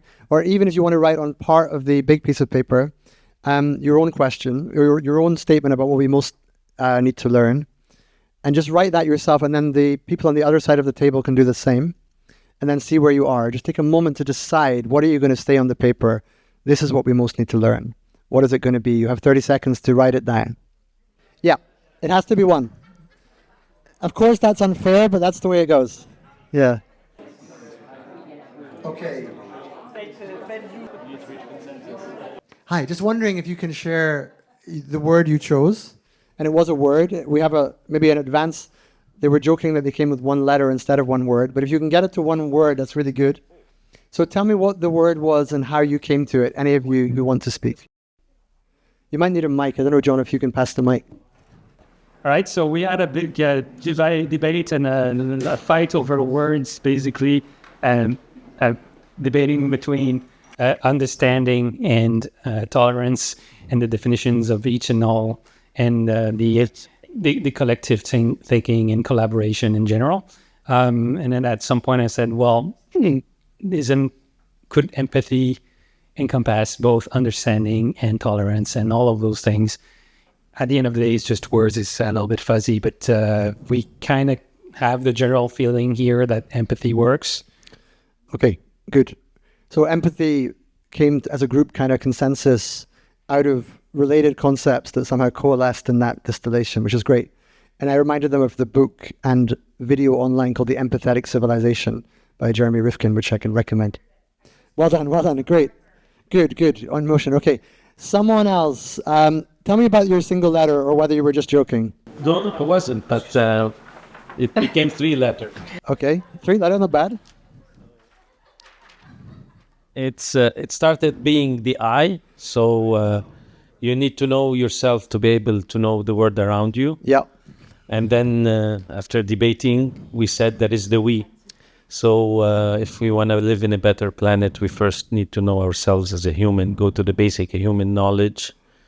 And then the way we know ourselves is how we know others. We project on others and others project on us. So this interaction between the I and the we will get us somewhere. Okay, great. So basically, we need to learn something about the nature of the I and the we and their relationship, which is a bit like the multi-faceted delusion. It's one thing, but it's also many things. Okay, great. Yes, Sherry. Just add, thanks. I would just add the nuance that we also talked about cultivating relationality and entangled relationality, and actually that there isn't a separation here between I and we. That I is multitudes already and plural. So seeing in a relational way and recognizing our entanglements is actually fundamental. Oh, great. I think the distinction between I and we is ultimately an illusion. It's a whole conversation, but I agree. I just wanted, being a graphic designer, make the observation that if you flip me upside down, it becomes we. Bless. Well, round of applause for that insight. Yeah. Yes. Good. We really focused on the learning, and we don't necessarily have a word per se, but what we came to an agreement around is the idea of the need to of learning to ask the right questions. And so from there, you can deduct. We actually had to talk about whether we should add right or not. So that it's okay. Thank you very much. I'm wondering, I'm feeling in my room, my sort of tingle is I'm looking for someone who has something a bit sort of more violent to say. By that I mean, what I mean by that is think of the powers that be in the world, whatever they may be. It could be Vladimir Putin or Elon Musk or whoever your villain of choice may be. But I'd like to just to bring them into the room a little bit, how they see this. Does anyone have a word or a solution about what we need to learn that's a little bit, let's say a bit more realpolitik, let's say. What do we have over here?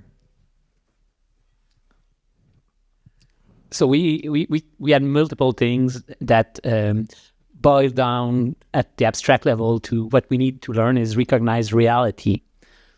So, but the kick here is, Godot, do you want to explain what one part of reality that needs to be recognized? So Dominic mentioned that we need to recognize happiness, beautiful thing, and so on. And he mentioned that we need to understand ourselves, our psychology and all that.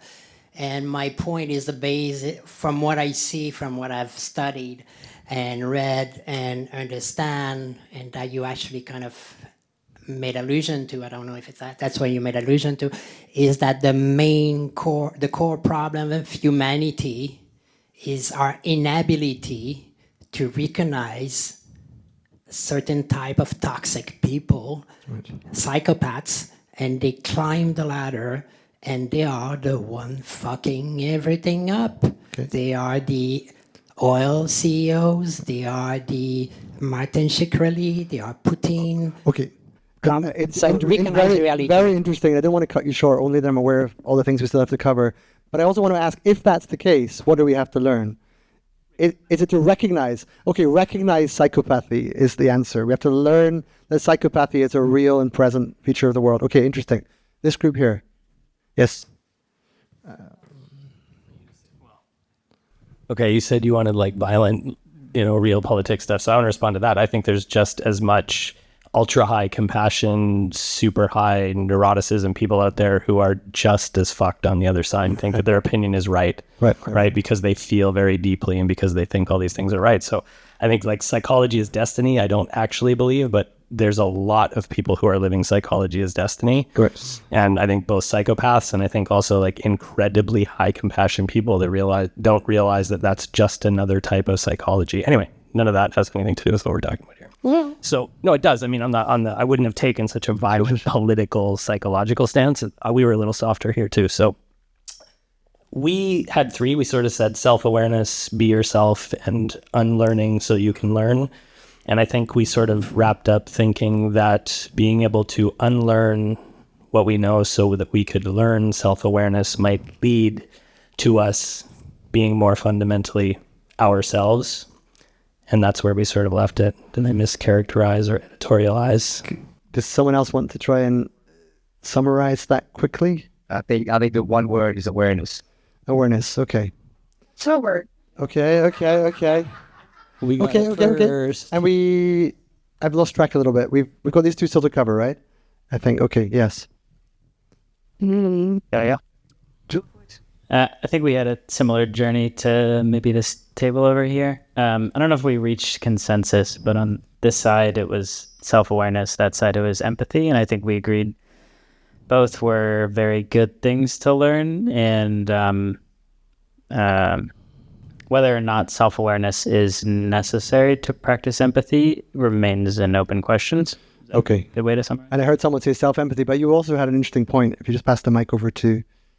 Yeah, at the end, we kind of also thought of the word awareness as a single word. Mostly, this is more related to what's our meaning of life, what's the goal being in this planet. Right. We think we want to search for it, but why not discover it? And through awareness, will be the quickest to go to the state and toward discovering the meaning of life. Basically being ready to contribute into the discoveries, astrophysics, by being aware. Right.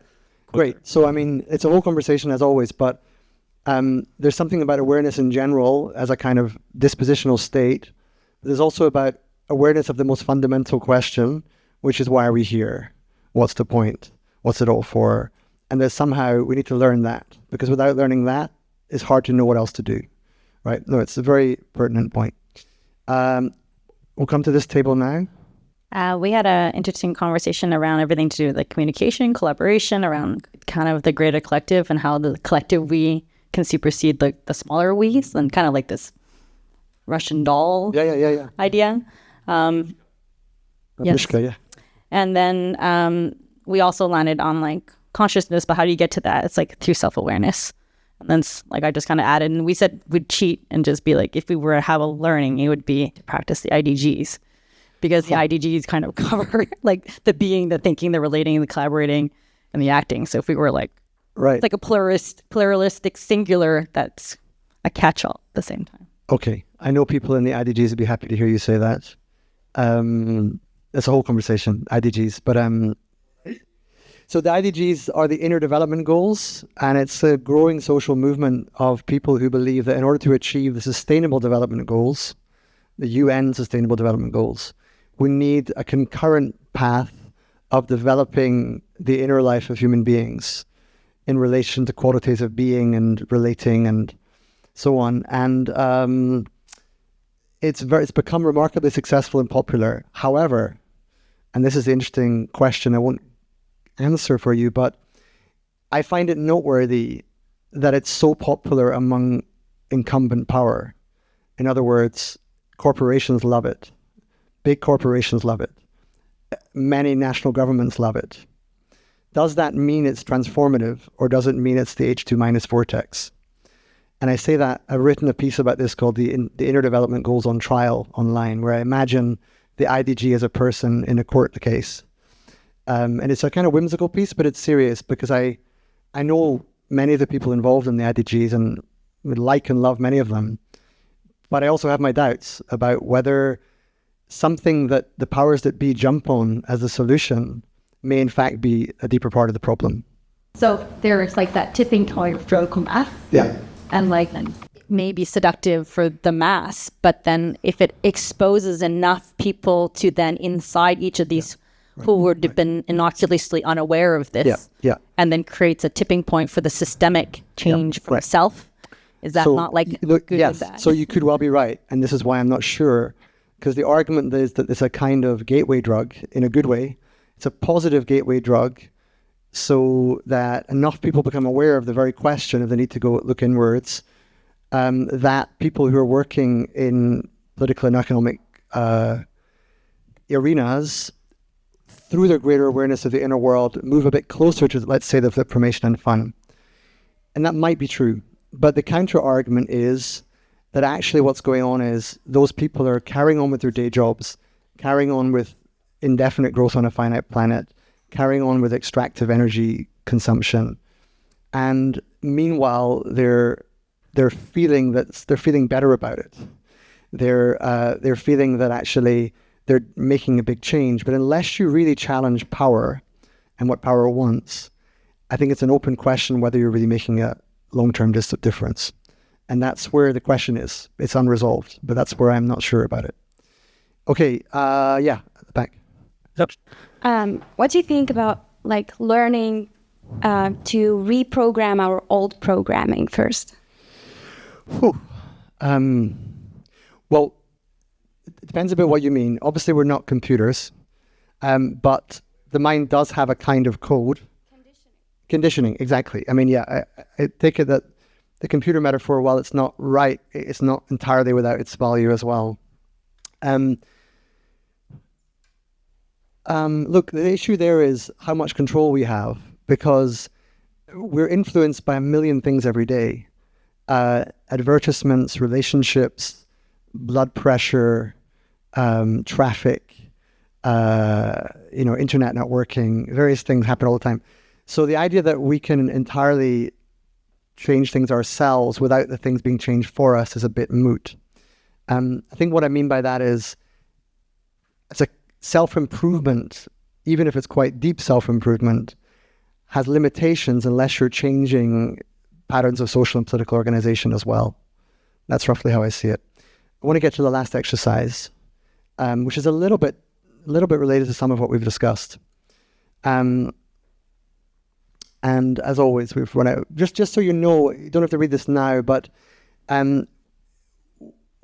if you're interested, to get deeper into what it means to rethink education, these are some of the questions that I think we need to learn. I borrow quite heavily here from a paper Zach Stein wrote called Education is the Metacrisis.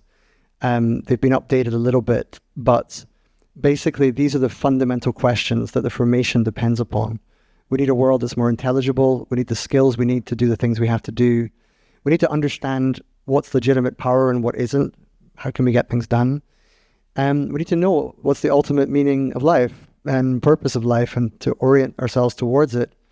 And we need the imagination to get there and to sort of create it. So these are the questions I believe are most important. And I also think that they're informed by this other conceptual structure, which is a way of trying to get beyond the conventional. I believe we need something beyond convention, and these are the qualities I suggest, which is that, a relationship to what's already broken and moved, but not being beaten by it, recognizing we need multiple ways of knowing, recognizing a turn towards the intrinsic is important, recognizing the history of colonialism and the fact that power imbalances are a major feature of the world that have to be redressed, and recognizing that we sort of need to, on the one hand, we need our tribes for the solidarity and support they give us, but we also need to get beyond tribalism and to think in a more planetary way. Very brisk, but that's just, that's there for the taking in things I've written elsewhere. And I also think that education has to connect very deeply with peace. I think there's no future without peace. The nature of weapons now is that there isn't really a viable future that isn't a peaceful one. And education has a big part to play in that, including conflict resolution, but also including what I sometimes call structural peace, which is things like, people not going hungry and people not having to do jobs that deprive them of their dignity and so on. And then ecological education, thinking ecologically, most people haven't been trained how to do that, don't see themselves as part of an ecosystem. It's necessary. And prefigurative culture is really just a different form of culture that contends with the world as it is now. Again, very brisk, but those are the things there in my writing if you're interested to look further. Finally, the last thing is the fun. And I won't take too long on this, but just so you know, just read this joke to yourself quickly. I came across this just on social media a couple of days ago. It's basically, you can read it for yourself, but essentially it's an old play on the idea that it's madness to think you can have an indefinite growth on a finite planet. It's worth just reading through, better than actually saying it. And I'm waiting for the laughter to know if people have actually read it. Yeah, but basically, I mean, on the one hand, this is also a bit of a caricature. And if you're more of a skeptic, you'll say, bullshit. This is not how economists think. Nobody's that naive. It's a straw man argument. But slightly more sophisticated version of it, significantly more sophisticated. This paragraph is worth reading through. It's very much at the heart of the challenge of the fun. A conundrum faces us here. Those who want change tend not to be in power. Those who hold power tend not to want to change. The possibilities for any kind of change depend upon the distribution of power coded into the rules of the state. The mercy of the state depends inherently on its mandate. The mandate forged by Western democracy is a very particular one. Political power is uncomfortably tied to the delivery of economic growth. And this gets to the argument that I believe is axiomatic, but it is a contention. It's not something everyone agrees with. Some people are horrified by the idea, but I believe that the case for green growth doesn't stack up. I've come to the view, it's taken me a long time to accept it. I think it would be a lot simpler if it were true, but I believe this paper in Science is worth checking out. It's written, first author is Tim Jackson. He's a director of a centre to which I'm associated in the University of Surrey. And it's a very good argument. It's very sympathetic to those who believe that green growth is possible. It really does the best of argumentation, presents the other side at its strongest, not its weakest. And then it shows that your assumptions have to be really heroic technological assumptions to think that we could possibly get by in this way. And that's really important, right? Because if you come to the view that we can't keep growing indefinitely, partly because of the problem of aggregate energy demand having limits, but also just material resources more generally, it requires the shift of perspective to a different kind of society. But arguably that's only possible if you have an inward turn to rethink what life is for. And they will only be able to sustain that if you keep on learning in certain ways about who you are, who everyone else is, what matters in life, and so on. And this is the ultimate heart of the matter with the fun. It's a famous quote by David Graeber. The ultimate hidden truth of the world is that it is something that we make and could just as easily make differently. Now, just as easily is contentious there, because it's like, we, again, is the operative word and not clear what it means. But in principle, it's correct. We do actually have it within us to reimagine and recreate the world. It's just very, very hard. Power gets in the way. Psychopaths get in the way. It's not easy, but it is there for the taking. And it's happened before. I mean, the moment of the UN Declaration of Human Rights was, you can think of it as a meta-political moment. It was a moment where the very idea of what politics was for changed. Now, you may have your qualms about human rights. They may have gone too far. There's a right for almost everything and so on. The Dear Human Rights Movement reference there is an essay I wrote when I was an Open Society Fellow in 2018. And it was an open letter to the human rights movement, basically saying, look, the world's on fire. Maybe it's who's going to deal with it? You have a lot of moral authority. You have your incumbent powers in many countries. You're in the legal systems of most countries. What are you going to do about it? What does it look like today? If we don't rely on rights, what is it? And just worth reading these two, but two wonderful women, brilliant in their own way. Ursula Le Guin, we used to think that divine right of kings would never change, but it can. And Maria Ressa is saying, look, what's happened with AI and the algorithms on social media, complete change in our information system, means we need new institutions. So this is all part of creating the better party, throwing a better party. And that's what we're about to do. This exercise is the last one. I'm just seeing how long we have for it. Not long. it's a moment to actually, as you're looking to get home and so on, you've been with people tonight, you've spoken to them, you've listened to me, you've asked questions. It's a moment to be quite personal. So just try and find your own space. Be by yourself for a minute. And then ask yourself, not so much what do we need to learn, but if you imagine you had the power, if you imagine you were the figurative king or queen for the day, what would you do? More precisely, I want you just to take a moment, not to discuss with others, but just to really imagine you had those strings of power, that you could move all that capital, you could change those governments, you could change the purpose of society. What would you do and why? So it's a question really about unlimited power and what you do with it. And it's a moment, we call it the fun, because what people come up with at this point is often quite surprising. But ask yourself, what would you do if you were effectively the king or queen for a day? And I'd like you just to go inward, not to think honestly, what is your contribution here? What is the thing that you think most has to happen? Not something we have to learn, that is an ongoing process. To give you some examples, you might think the whole world should become vegan tomorrow. That kind of panaceic stroke, and it would have all these indirect effects. Or you might think we need a universal basic income that's truly universal. Or you might think we should end all immigration checks so that there's free movement across the world. Or you might think anything of that nature. I'm talking big picture ideas that have large systemic effects. What would it be? Because when you can find that in yourself, it actually helps you understand what is your work to do. So just take about 2 minutes, maybe 3, by yourself and think hard. If this was your moment to advise the world, here's the thing we should do.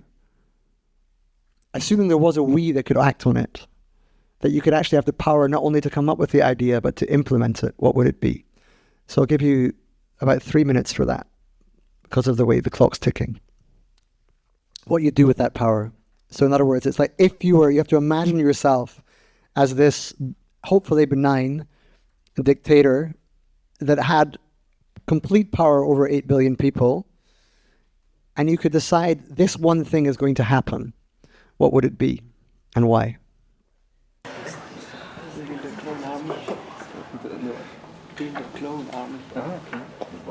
Environmental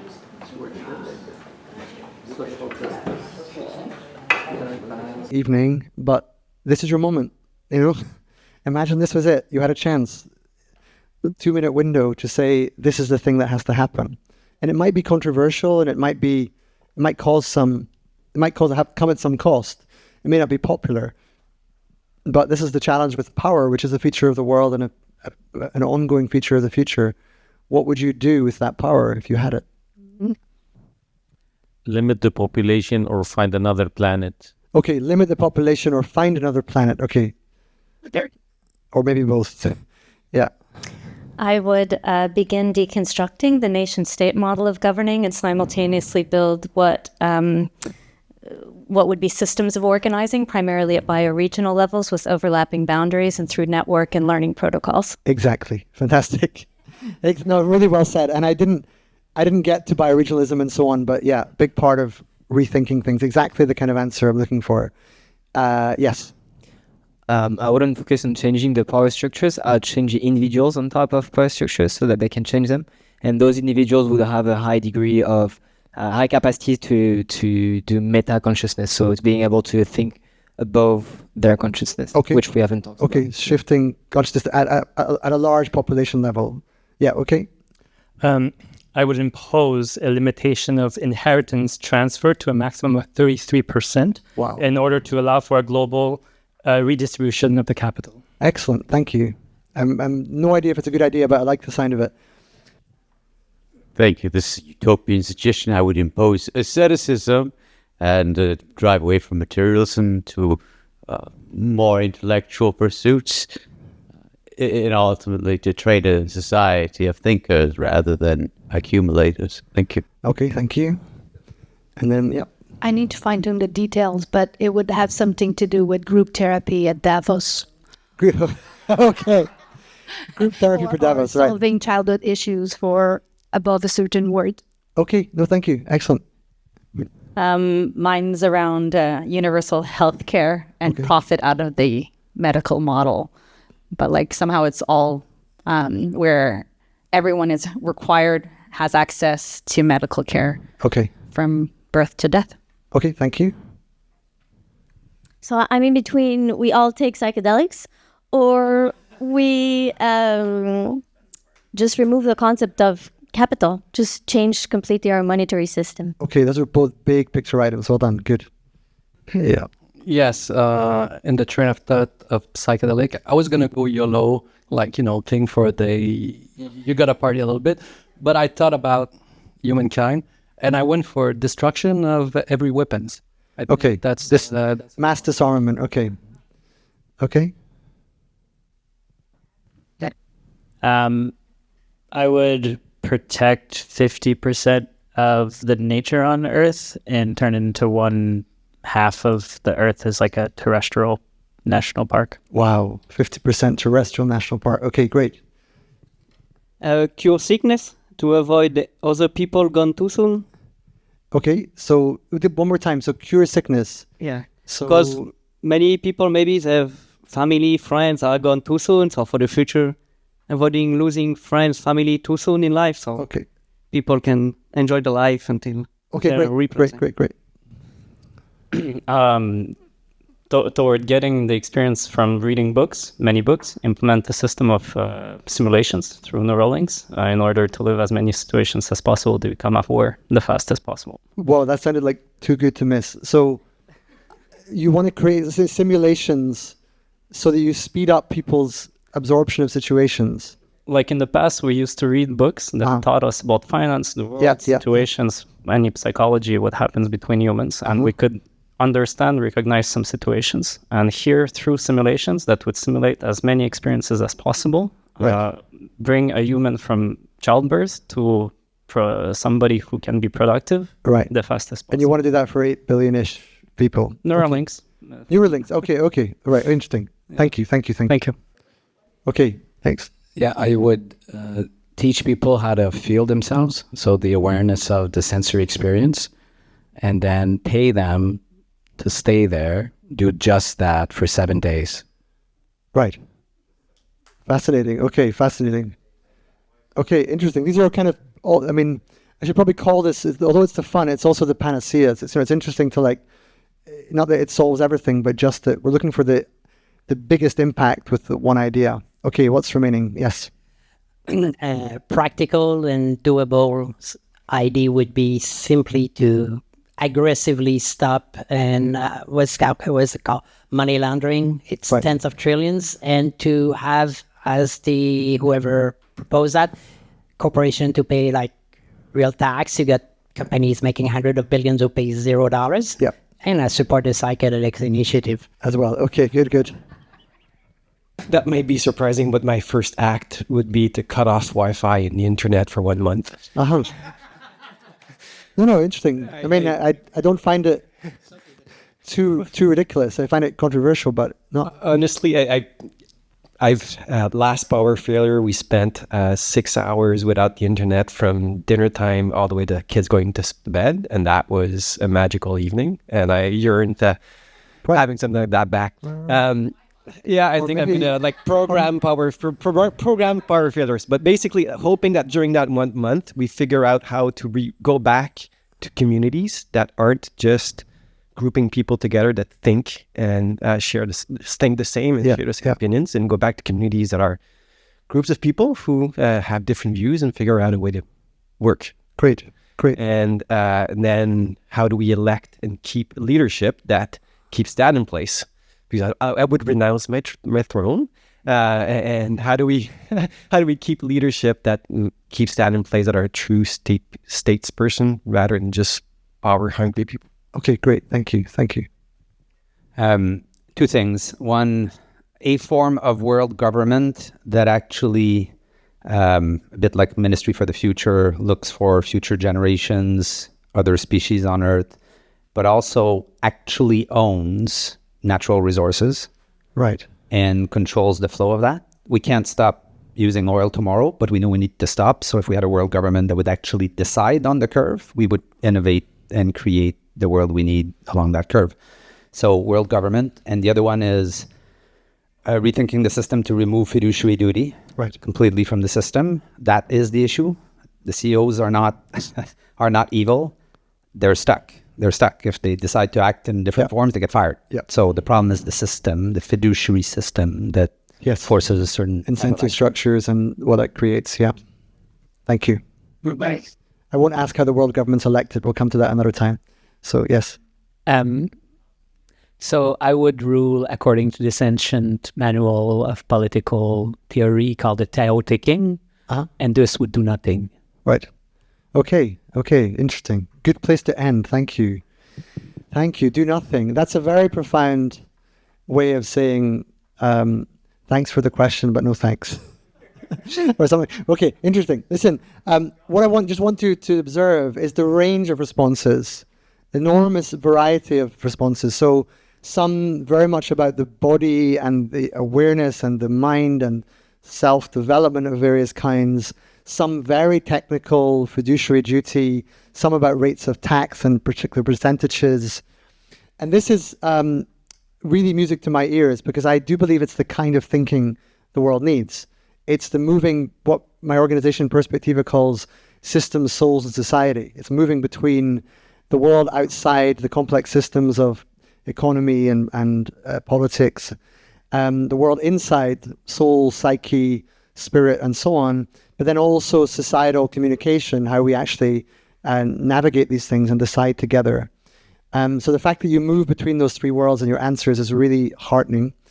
And I think, if I'm not the question to leave you with is, we're not going to get into this now, but insofar as these contours of the future, flip, formation, and fun make sense, what follows for what you invest in, not just financially, but you invest your energy in, your time in? What would it mean to move in that direction? The flip, the formation, the fun by themselves are very expansive canvases. They can manifest in many ways. But I hope what I've tried to do tonight is to convey why each of them matters and maybe indispensable, and why they need each other. And the question then becomes, how do you get behind them? How do you find your own work? What is yours to do in that context? And we're done. Thank you very much.